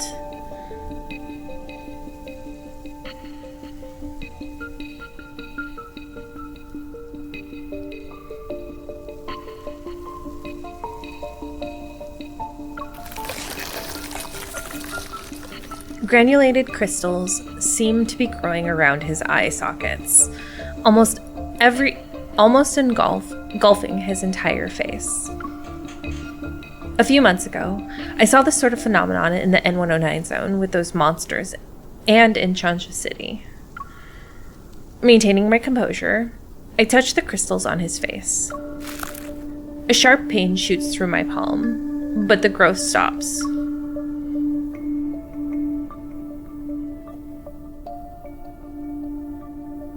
Just as I thought. I've seen this before. You're not a monster. You are just ill and need to be treated as soon as possible. She's recovering at the medical center, and after the surgery was over, there haven't been any problems. I take Kevy's hand and wipe away his tears. Right now, she's worried about you. Kevy, can you tell me what happened on the day of the explosion? How did you manage to stay hidden? The secret base you have with Mia. Comforted by my words, he stops sobbing, Slowly, he withdraws his hand and reveals something to me. In the center of his palm is a tiny crystal fragment. This is... A familiar energy reverberates in my heart, and I slowly exhale. It's the last spatium core fragment we've been looking for. When the explosion happened, Mia and I were playing hide and seek. I was in our secret base while she was outside. She couldn't find me. I was hiding for a couple of minutes. Then I heard a loud bang and blacked out. I was protected by this thing that Mom and Dad left. I think Infold just knows that their fan base is into dark fantasy and we enjoy the angst of our characters. We don't want them to be perfect because we want to fix them. Kevi looks down at his palm. The protocore fragment emits a gentle, soft glow. Your parents left this? Yeah. They also said I need to take care of Mia. Well, that would make his parents part of Ever then, right? Is that confirmed? Or they were part of Ever? Oh, well, duh, they were part of Ever because there was an explosion, and they are targeting people who were part of Ever originally. And that I shouldn't be found, and use this to hide whenever I'm in danger. So this fragment can create a space, the secret base you and Mia talked about. Lowering his head, he nods. After the explosion, I slept for a long time. And when I woke up, I wanted to find Mia, but there were people outside looking for me. Who were they? I don't know, but they were dressed like Mom and Dad. Mom and Dad said that when they're not around, I shouldn't trust those people or go with them. I can't trust anyone. This must mean Kevi's parents knew that there were people in the fleet who wanted to harm them. I bet other groups are also involved. Or with the Farspace fleet. Okay, so time to take out the conspiracy boards. Is the Farspace fleet working under Ever, or is Ever working in conjunction with the Farspace fleet? I can't try saying that 10 times fast.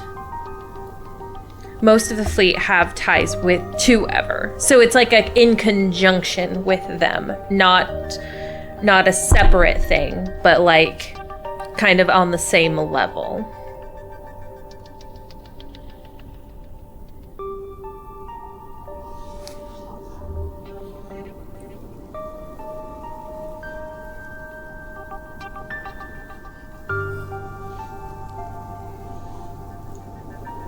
Ever infiltrated the Farspace fleet.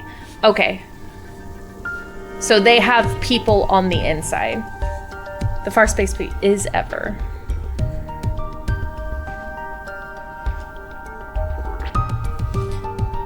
So they plant their techs and spies there.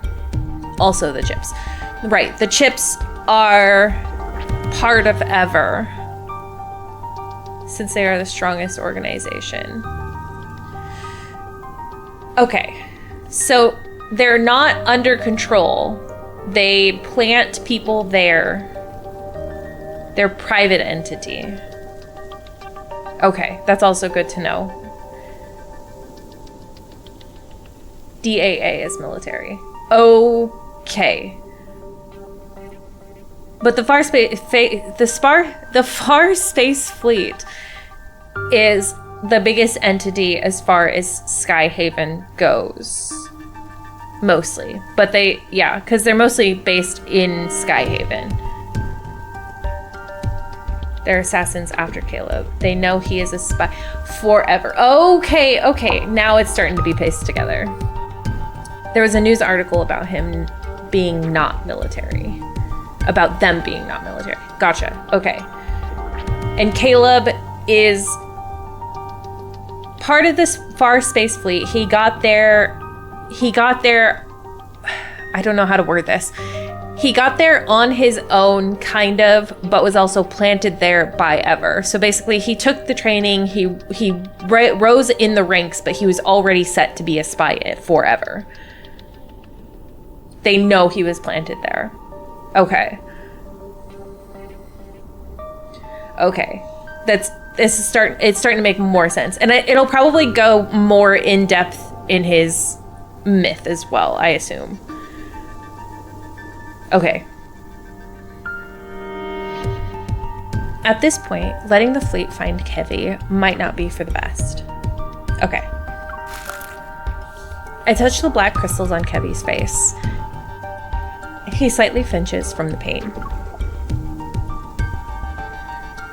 But even if we only consider his health, Kevy can't stay here anymore. Maybe having him leave Skyhaven temporarily is the only way to ensure his safety right now. In that case, the Hunters Association, which has been kept out of these events since the beginning, will be a reliable safe haven. I know you're in danger and that you really want to see Mia right now, but I need you to keep this fragment safe and hold on to it one more day. I'll make the necessary arrangements and return it to you as soon as I can. Kevy is quiet for a moment. Then he pats Lucia's head and nods. Can you tell Mia something for me? I'm okay. Tell her not to worry. So then the other question is,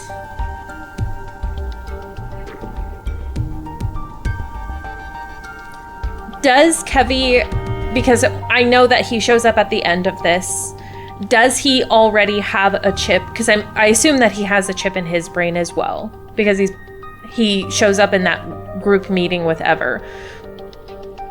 Does he have that chip in his brain now? I'm assuming that both children were experimented on as well, like MC and Caleb. So they both must have like ether cores or something similar to them in them already.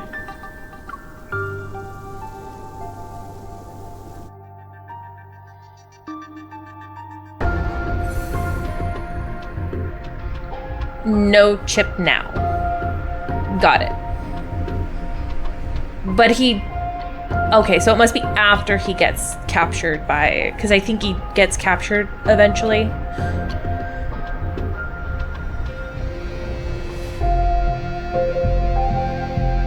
I honestly don't know if that's a question. Okay, that's good. That's good to know. He is turning into an Ultram, though. That's something that is obvious because he's got the crystals growing on him. So he is turning into an Ultram.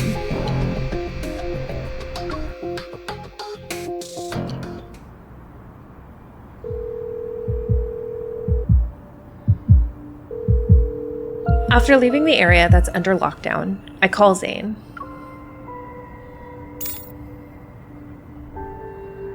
Zane. Don't rush. Speak slowly. Did you find Kevy? When his voice comes through the phone, it's almost as if a warm hand is soothing my troubled mind, because he's so soft and kind and loving, and I could listen to his voice all the time. He gets the chip when the Far Space Fleet recovers him when MC misses her appointment with Zane because Caleb... Okay. Yes, he has the spatial core fragment. He's been using it its power to hide himself. He's also infected with something that involves those black crystals. But his condition seems slightly better than what we saw in the patients at Chansha Hospital. In Chansha Hospital, Zane and I arrived at the preliminary conclusion. The Aether Core's power doesn't cause transformation like this. Someone is responsible for creating this crystal-related disease. And assuming that's the case, they're deliberately turning people into monsters. After I reveal this conclusion, we never really discussed before. The other end of the line is silent for a few minutes. A few years ago, I witnessed something similar. That person was my friend. Oh, I keep forgetting about the incident at Mount Eternal. That's... duh. It's basically the same thing happening as well. Recalling my conversation with Zane in the Arctic, a guess forms in my mind. Was it the one who died in Mount Eternal? It couldn't be because... Yes. After that incident, we learned that under extremely special circumstances, when Wanderers strike, their attacks cause energy crystals to grow in the afflicted area. They corrode the human body and grow a sort of shell over it.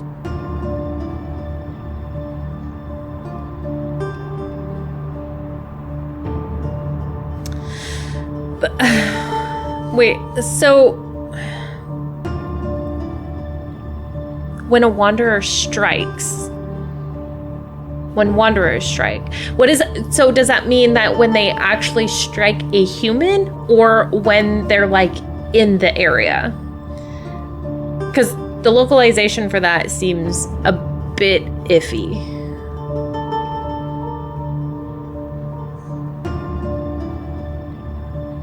Corroded... Oh, when it strikes the corroded area. They corrode the human body and grow a sort of shell over it. Once that happens, the victims can lose their sanity within seconds and uncontrollably lash out at anyone around them. Which is the Ultram. I feel bad for Kevy. He is doomed either way.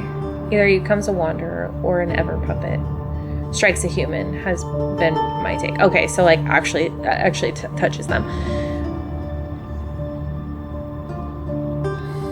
So then, is there a few ways that people can turn into the Ultram then? One would be to get like an Aether Core planted in you or a Protocore planted in you because they come from the Protocores. But then the other way would be to be struck by a Wanderer as well. Which, if that was the case, then Ever wouldn't need the Protocores. Some of the big relationships between a few things become clearer. Zane's secret research, the small animals at Dr. Noah's home. Your research with Dr. Noah in the Arctic involves this, right? It does. Exposure to the Protocores isn't good for humans. Looking at the Darksane world. So exposure in general to the Protocores, which then causes the Protocore syndrome. Based on your description, Kevy's transformation hasn't truly started. But it's hard to say if we should delay our attempts to treat it. I have a feeling that if he stays in Skyhaven, something unpredictable and grave will happen. I'll find a way to transfer him to Oxo Hospital and ask Dr. Noah to come back. Who survived Wanderer attacks. Pods and Death and Rebirth seem to be harvesting the Protocore energy. Okay. That, which explains why MC has Protocore syndrome, because she was attacked. It's not because, okay, it's all starting to make sense now. It's not the Aether Core that's causing this, the Protocore syndrome. It's the fact that she got attacked by the Wanderers. But I think Dolly or someone mentioned that they felt that the Aether Core was protecting her from the spread of the Protocore syndrome, which is why she's not sicker. The pods seem to be pouring the Aether Core into people and forcing them to become the Ultram. Gotcha. Okay.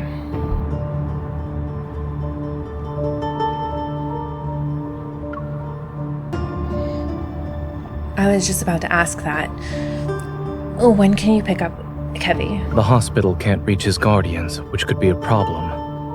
I'll have everything arranged by tomorrow night at the latest.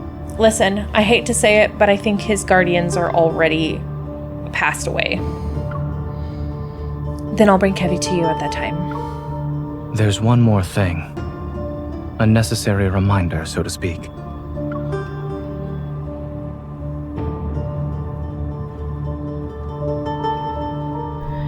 He pauses before lowering his voice. Since Kevy has an ether core fragment, it's possible Ever will keep looking for him. When caring for others, you must be mindful of your own safety. Sure. Before coming here, I thought I had grown stronger. I thought I'd be capable enough to handle the challenges that await me, but didn't expect them to become even more difficult. Fortunately, I've never had to face them alone. Perhaps I'm also doing this for myself. No. After the call ended, my beating heart finally begins to calm down. I look up at the moon, light hidden behind the dark clouds. The night is still. With no wind or rain, the stars shine brightly. I suddenly wonder, is Zane also looking at the same night sky right now?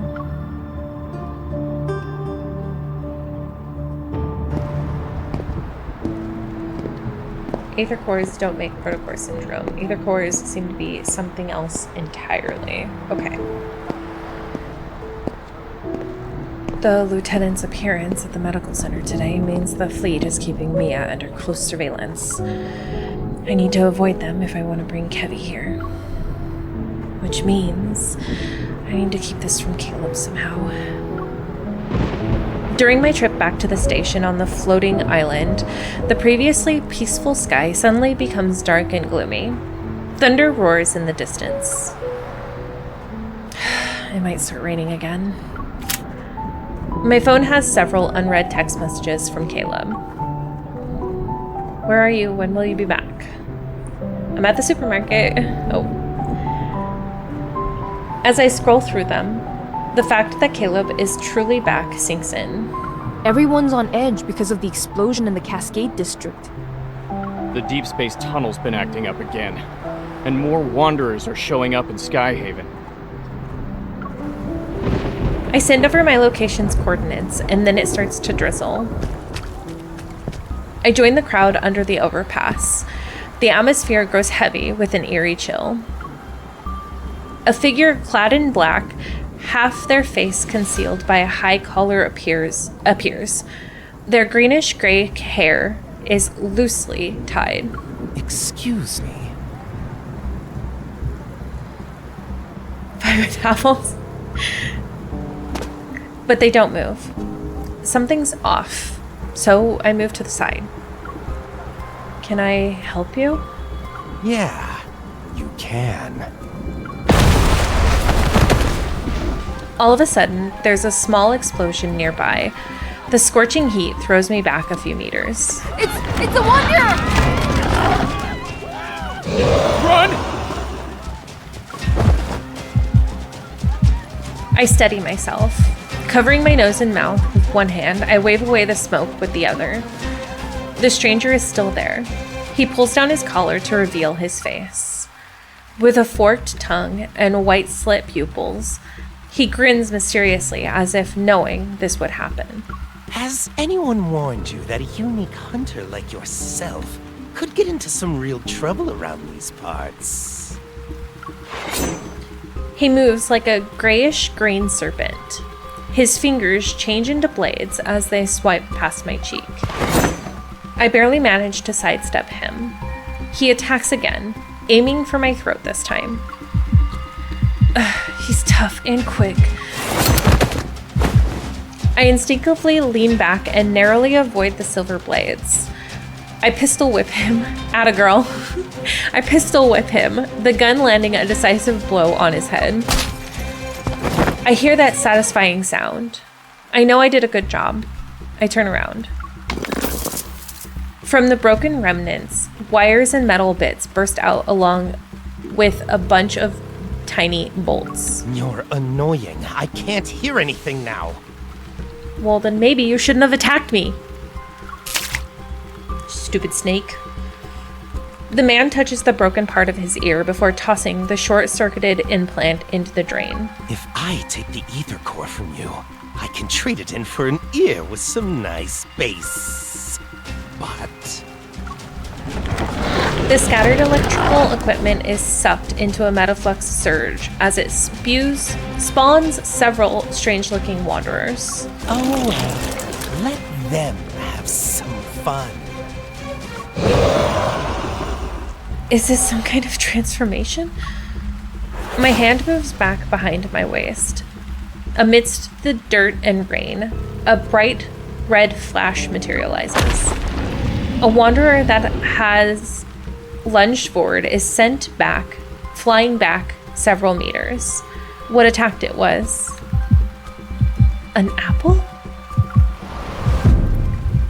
Having found its mark, the apple continues on its gravity-defying trajectory. I turn my head. I love that he fights with an apple, honestly.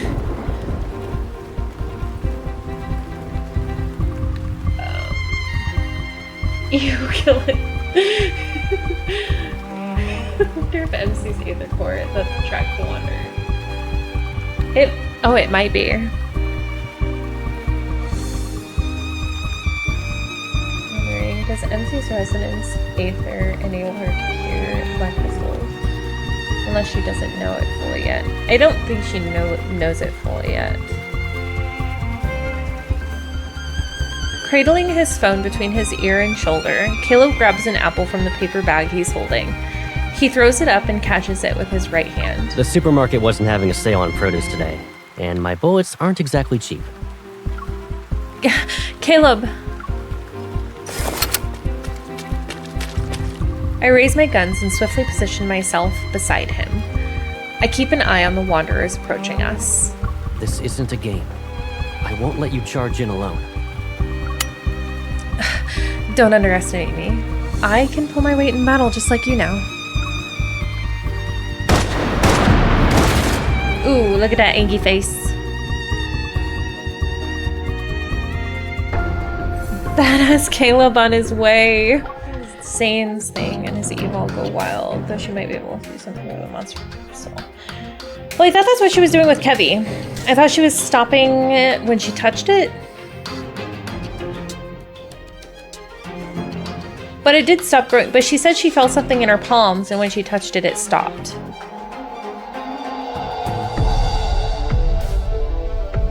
Dolly, if you could find that fan art, it would be much appreciated.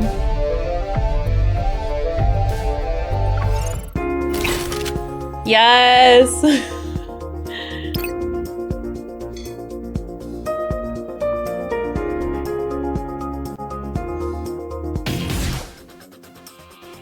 A small test. It's nothing we can't. Requesting full suppression gunfire. Roger. I've locked onto the target. Copy that. We can't hold on for much longer. Let's see who can land the finishing blow. It's only got half its health left. You want to do a competition? Of course. Watch me. Requesting full suppression gunfire. Roger. I'll show you. Time to change our strategy. Caleb. Come in. My turn. You can't break our connection. Oh, he calls him troll? Is it charging up for an attack? I've locked onto the target. Copy that. Requesting full suppression gunfire. Roger. Now's our chance to strike. Time to change our strategy. You won't escape. Bring it on. I'm running low on medical supplies. He barely got hurt, MC. Calm down. I've locked onto the target. Copy that. Time to show them what we can do. Not even a challenge. Oh, I saw Requesting full suppression gunfire. Roger. Now's our chance to strike. Target is within range. Commence encirclement. Let's end this together. Bring it on. That's not right. Come over here. I'll show you. How would you rate our teamwork?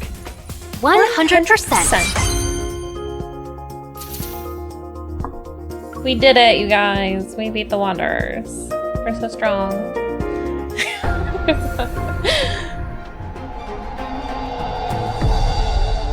I actually love that, and I wish he said that. That would make me so happy.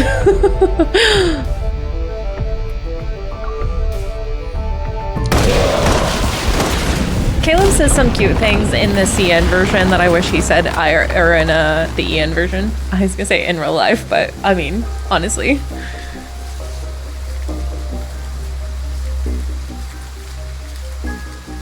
Bang.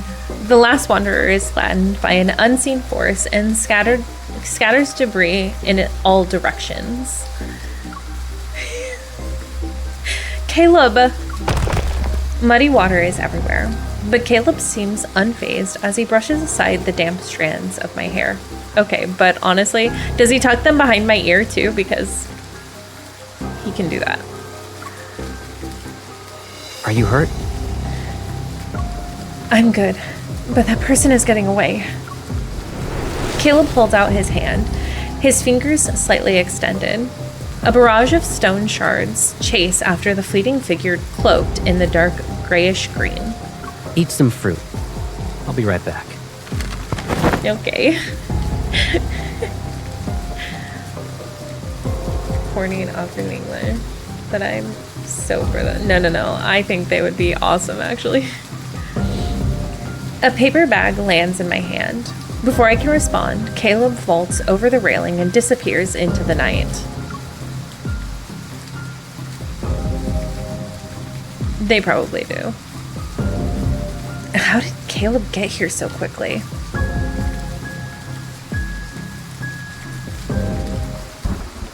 Perfect vessel, my ass. It doesn't even look as good as us unfinished products. Damn it! Sharp shards pierce through half of Viper's face, and before he can even cry out in anger, a kick knocks the wind out of him. A powerful force slams him into the ground, which instantly destroys the other half of his face. I see it's shedding season again, Viper. Ooh. Bastard! I'll kill you! Caleb increases the weight. Immediately, the crisp sound of something crackling reverberates. Those invisible restraints are like iron that even make Viper's knees creak. You... Stop it! A white prosthetic eye floats into Caleb's hand and is crushed in an instant. Why don't I even remember that? Oh my god. Who gave you the right to approach her? The professor said it's not time to go after her yet. I was just playing around with her. It feels as if a swamp is slowly squeezing the air out of his lungs, making it difficult to breathe.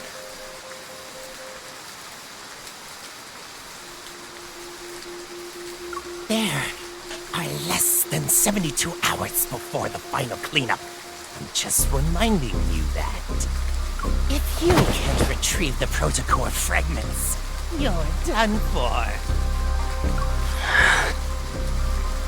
Which hand did you touch her with? This one?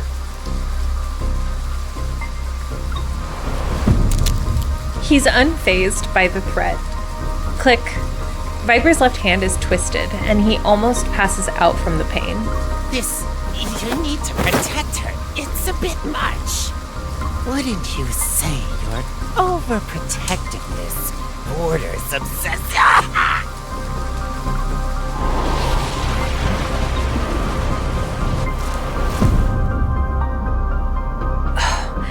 This is one of my favorite things that Caleb does, is when he stops things around him. It just feels so powerful, and I'm just, oh, it's so hot. Raindrops are suddenly suspended in the air. They're like countless silver needles that are ready to pierce him at any moment. He can't even laugh. Caleb crouches down. Meeting Viper's gaze, he slightly smiles. Lay a hand on her again, and I will kill you.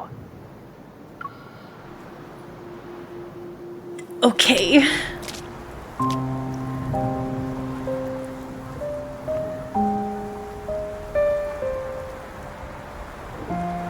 Unable to find Caleb, I have no choice but to retreat to an overpass. The soaked parts of the paper bag I'm holding leaves a chaotic pattern in my hand. It's almost resembling a winding labyrinth. On me, preferably. Okay, but that's so cool. Suspending raindrops? Yeah. When he, in Yearly Nostalgia, when he does it to the flowers, or I guess in Spring and Flowers also, when he suspends them, it's just so hot. That person knew I had an ether core. Is he an assassin sent by Ever? But he wasn't planning on killing me. It seemed more like he was testing his prey. Why are you standing here in the rain? An umbrella shields me as Caleb reappears. He frowns as he wipes away the water from my face. Caleb, are you okay? I'm fine, but I lost track of him. Having checked Caleb's hand over and over again, my anxiety only dissipates when I confirm he's unharmed. Caleb using his e-ball is hella attractive. It is. It's okay. I got some parts he dropped. I'll take them back to the data analysis. Hopefully, they will be able to learn something. We'll talk about it later. Let's go home. He takes off his coat and drapes it over my head. With his arm around my shoulders, his warmth quickly envelops me. Give me a heads up next time you go out. I can't help but worry about you when you're all alone.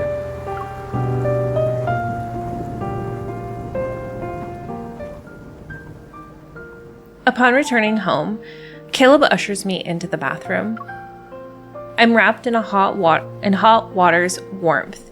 After getting out of the shower, I put on soft loungewear, the rain's chill having faded away.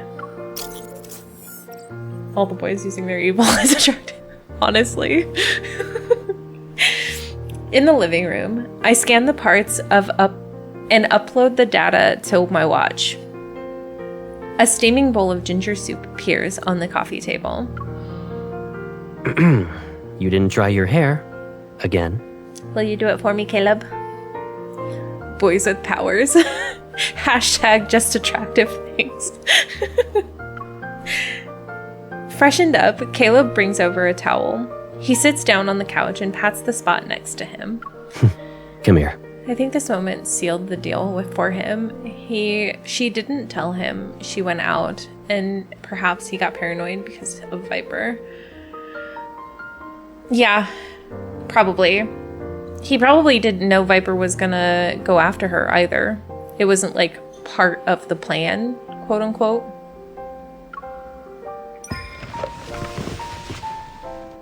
Graph cleaving the ocean.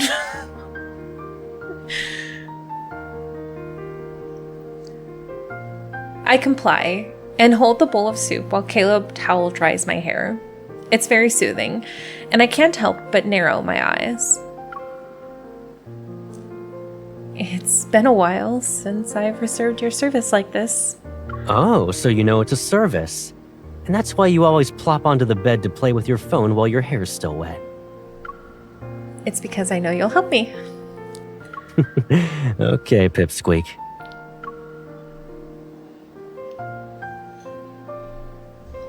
Through the towel, something taps my head. It's not too gentle or too rough. Though, don't you think you've gotten better at drying hair? Have I? I moved out to live in the college dorms. Then I moved again for the DAA after graduating. Looking back, it's been forever since I was really home.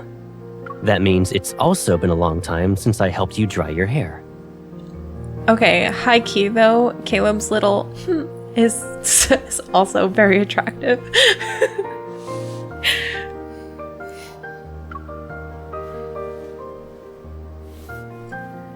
He tilts my chin before using his finger to comb through the disheveled strands. There's no rush. We have more than enough time together. Yep. With a promise made, a new thought crosses my mind. What about the Deep Space Aviation Administration? Do they know you've joined the Far Space Fleet? What about your comrade in arms? They don't know. And they won't. It wouldn't be smart to have too many people in on this. They aren't required to know everything about me anyway. My phone screen suddenly lights up. I see a news alert about the explosion in the Cascade District. Ah, right. Kevy. He removes the towel from my head and walks to the bedroom. I'll grab the hairdryer. Give me a sec.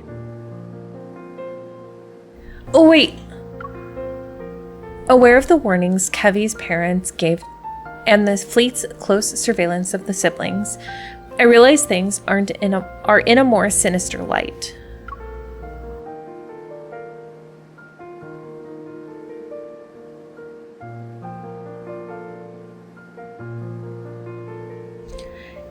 Is it possible Caleb knows something about this? What do you think, you guys? I don't know about this one. Are Kevy's parents important? Ah.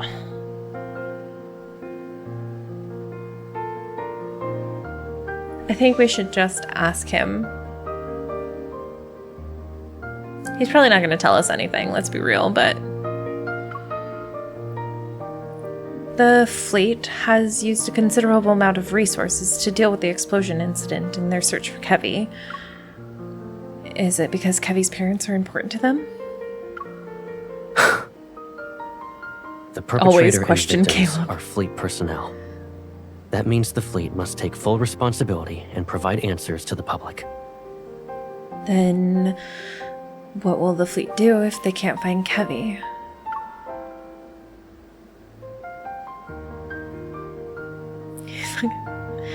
To reassure me, Caleb gently pats my head. His voice softens. Don't worry. They will find him. That sounds more like a threat. Surprise bakery. Hello, sir? You didn't need to turn around and gaze at me like that. But also, you could gaze at me like that and turn around. As I watch Caleb walk away, a sense of guilt creeps over me like an evening mist.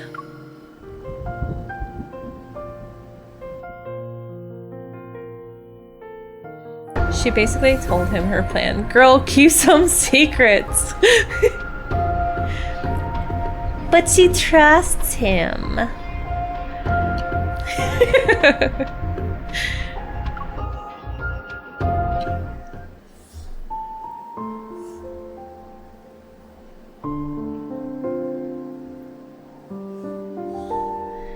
When I wake up the next day, my head feels foggy and my throat is itchy. Maybe it's because I got caught in the rain yesterday. I know I wanted to shake her. What are these for? As soon as I enter the living room, I stop in my tracks. Boxes of various sizes that weren't there before are now here. Caleb rolls up his sleeves. He sits down on the floor and pieces something together from the scattered parts around him. This place has been empty for too long, so I bought some stuff. Take a look. Do you need anything else? Caleb's like, don't worry, I'm going to furnish my house. You're going to be living with me forever. It's okay. I'll only be staying here for a few days. Anyway, I need to go. Why? You don't plan to visit me anymore? No, of course not. I rub my stuffy nose. Content. Caleb smiles. wipes his hands, and gives the assembled robot a pat on the head. Hello, Master. The little robot's screen forms a smile as its movements produce a series of clink-clinks. When you're on the bed and glued to your phone, it can bring you snacks and drinks. Sure. A warmth in Caleb's smile makes me feel even more guilty. Not really. I mean, just talking under the guise that he doesn't know Kevy's whereabouts. I'm sorry. If the fleet is just trying to protect Kevy, then I'll make it up to you once he's safe, I promise. I sit next to him and attempt to mask my nervousness with a pleading look. Caleb, I know that I know I agreed to have dinner and watch a movie with some classmates in Skyhaven tonight. Can you give me a ride? It's not that far. You can take me there since your plane can just zoom. Kevy agreed to meet at midnight, but after careful consideration, I decided to head out early to avoid any problems. I made that suggestion to Caleb so he wouldn't overthink things. You shouldn't go out. I can tell you're coming down with a cold based on your voice alone. Focus on resting today, so you can recover.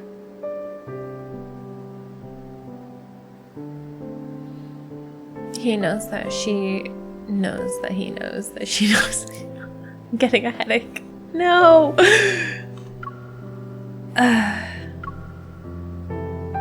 Caleb opens another box and busies himself again. There's a weird energy fluctuation in the deep space tunnel. All the Wanderers in Skyhaven are riled up because of it. To ensure everyone's safe, Skyhaven will be under lockdown tonight. We'll be doing a cleanup. Isn't eliminating Wanderers supposed to be a hunter's job? What kind of threat could possibly warrant a large-scale response from the fleet? Doesn't matter. Since the fleet is in charge of Skyhaven, safety is our highest priority. He pauses and looks up. I won't be around tonight, so don't even think about going out. Got it? But... This isn't good. I need to get Kevy out of there.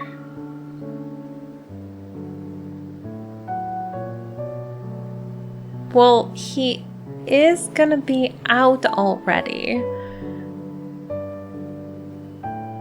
So I could just pretend to give in and then leave anyways. He's not gonna know the difference. It's fine.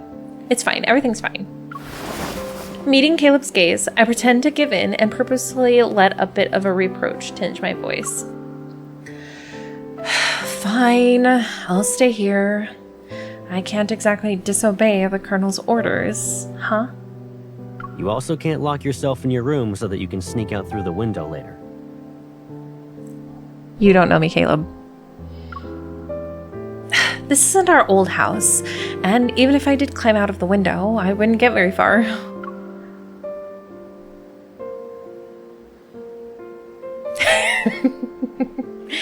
When you think of it, the fleet is in charge of the outrageous amount of stuff. Seemingly uninterested in arguing, he ruffles my hair. I'll take you to meet your classmates tomorrow.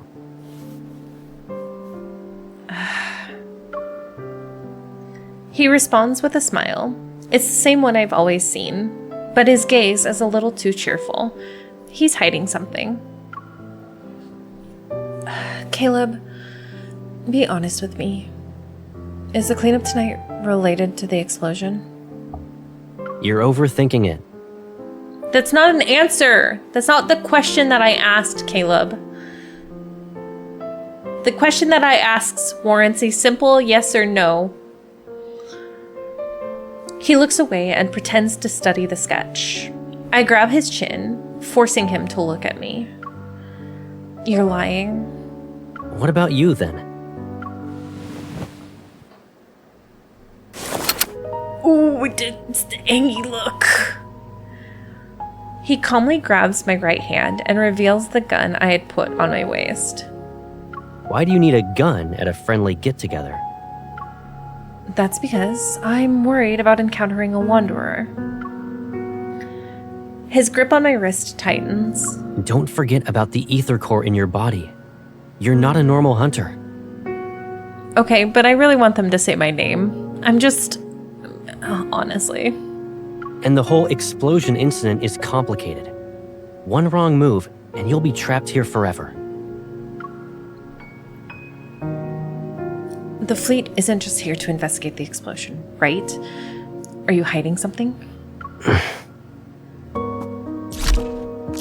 Time for honesty, Caleb. They both lied to each other. They need to make up and out.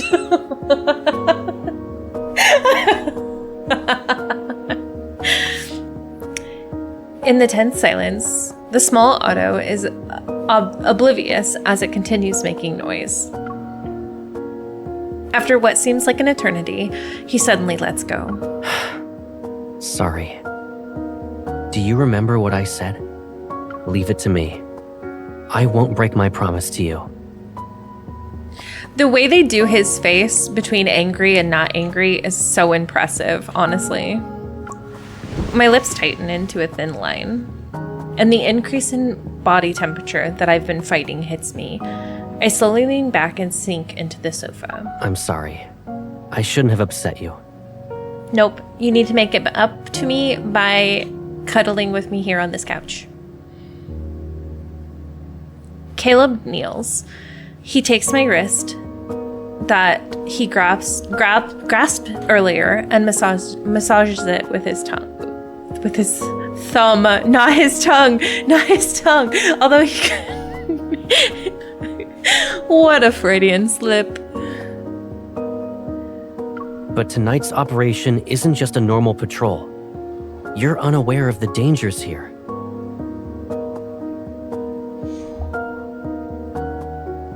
I feel like a lot of people ignore that she is catching a fever here. She does have a fever, yes. With his tongue.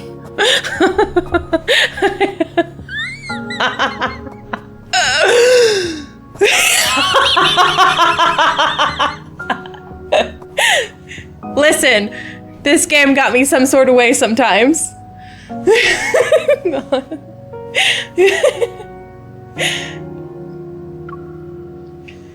His earnest gaze follows mine when I try to look away. For some reason, this vision of Caleb feels like a stranger. Do you really mean it? Cross my heart. I'm gonna do it with my pinky. That's okay, we've all been there. You made a promise to me. Don't forget about it.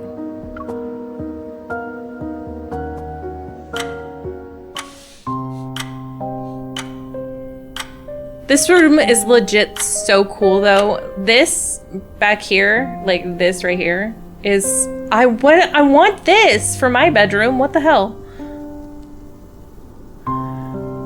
Understandable, friends. As the day draws to a close, I still haven't found an opportunity to leave. I hope the round-the-clock shuttle service won't be affected by the cleanup. Only when my phone gives me a no-service message do I realize how thorough Skyhaven's lockdown is. Outside, darkness cloaks the scenery with the trees' shadows. When it's 11 p.m., I hear the faint creak of a door opening outside. After silently counting to 30, I quietly get out of bed and go to the living room.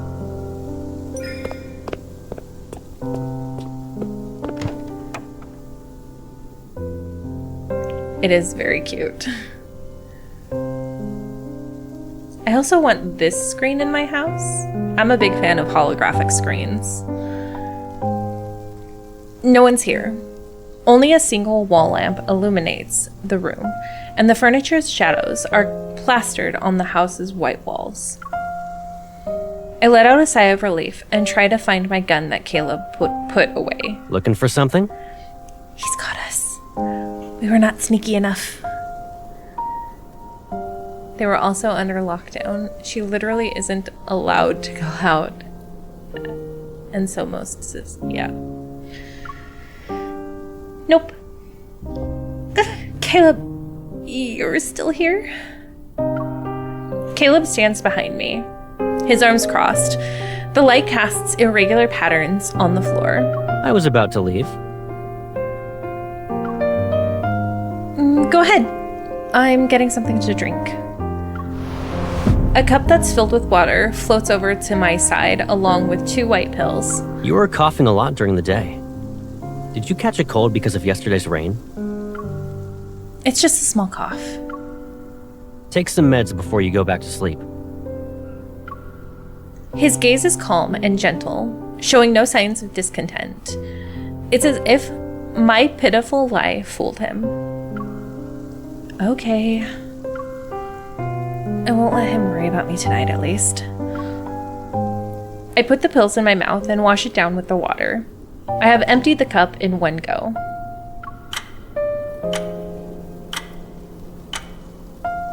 The ticking of the clock's second hand echoes in the dimly lit room, emphasizing the silence between us and our mingling breaths. Without thinking, I avoid his gaze. I hesitate for a moment before heading back to the room. Good night. Good night.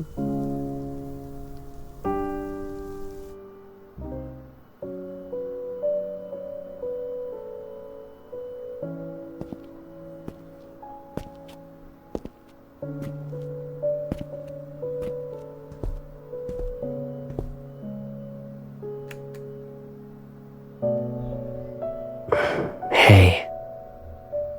Stick them under her tongue.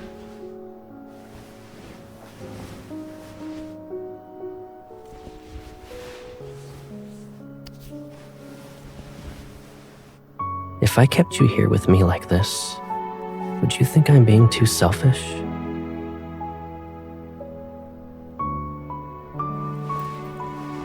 But it's only us now.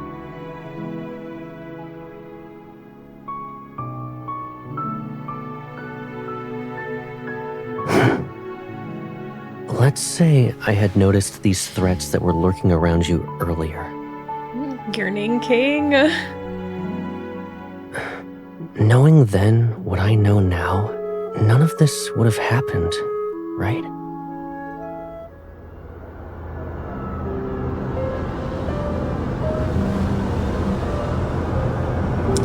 It's kind of sad because he kind of blames himself.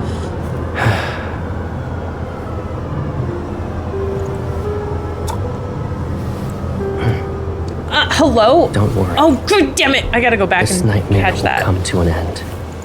I promise. That look was so good.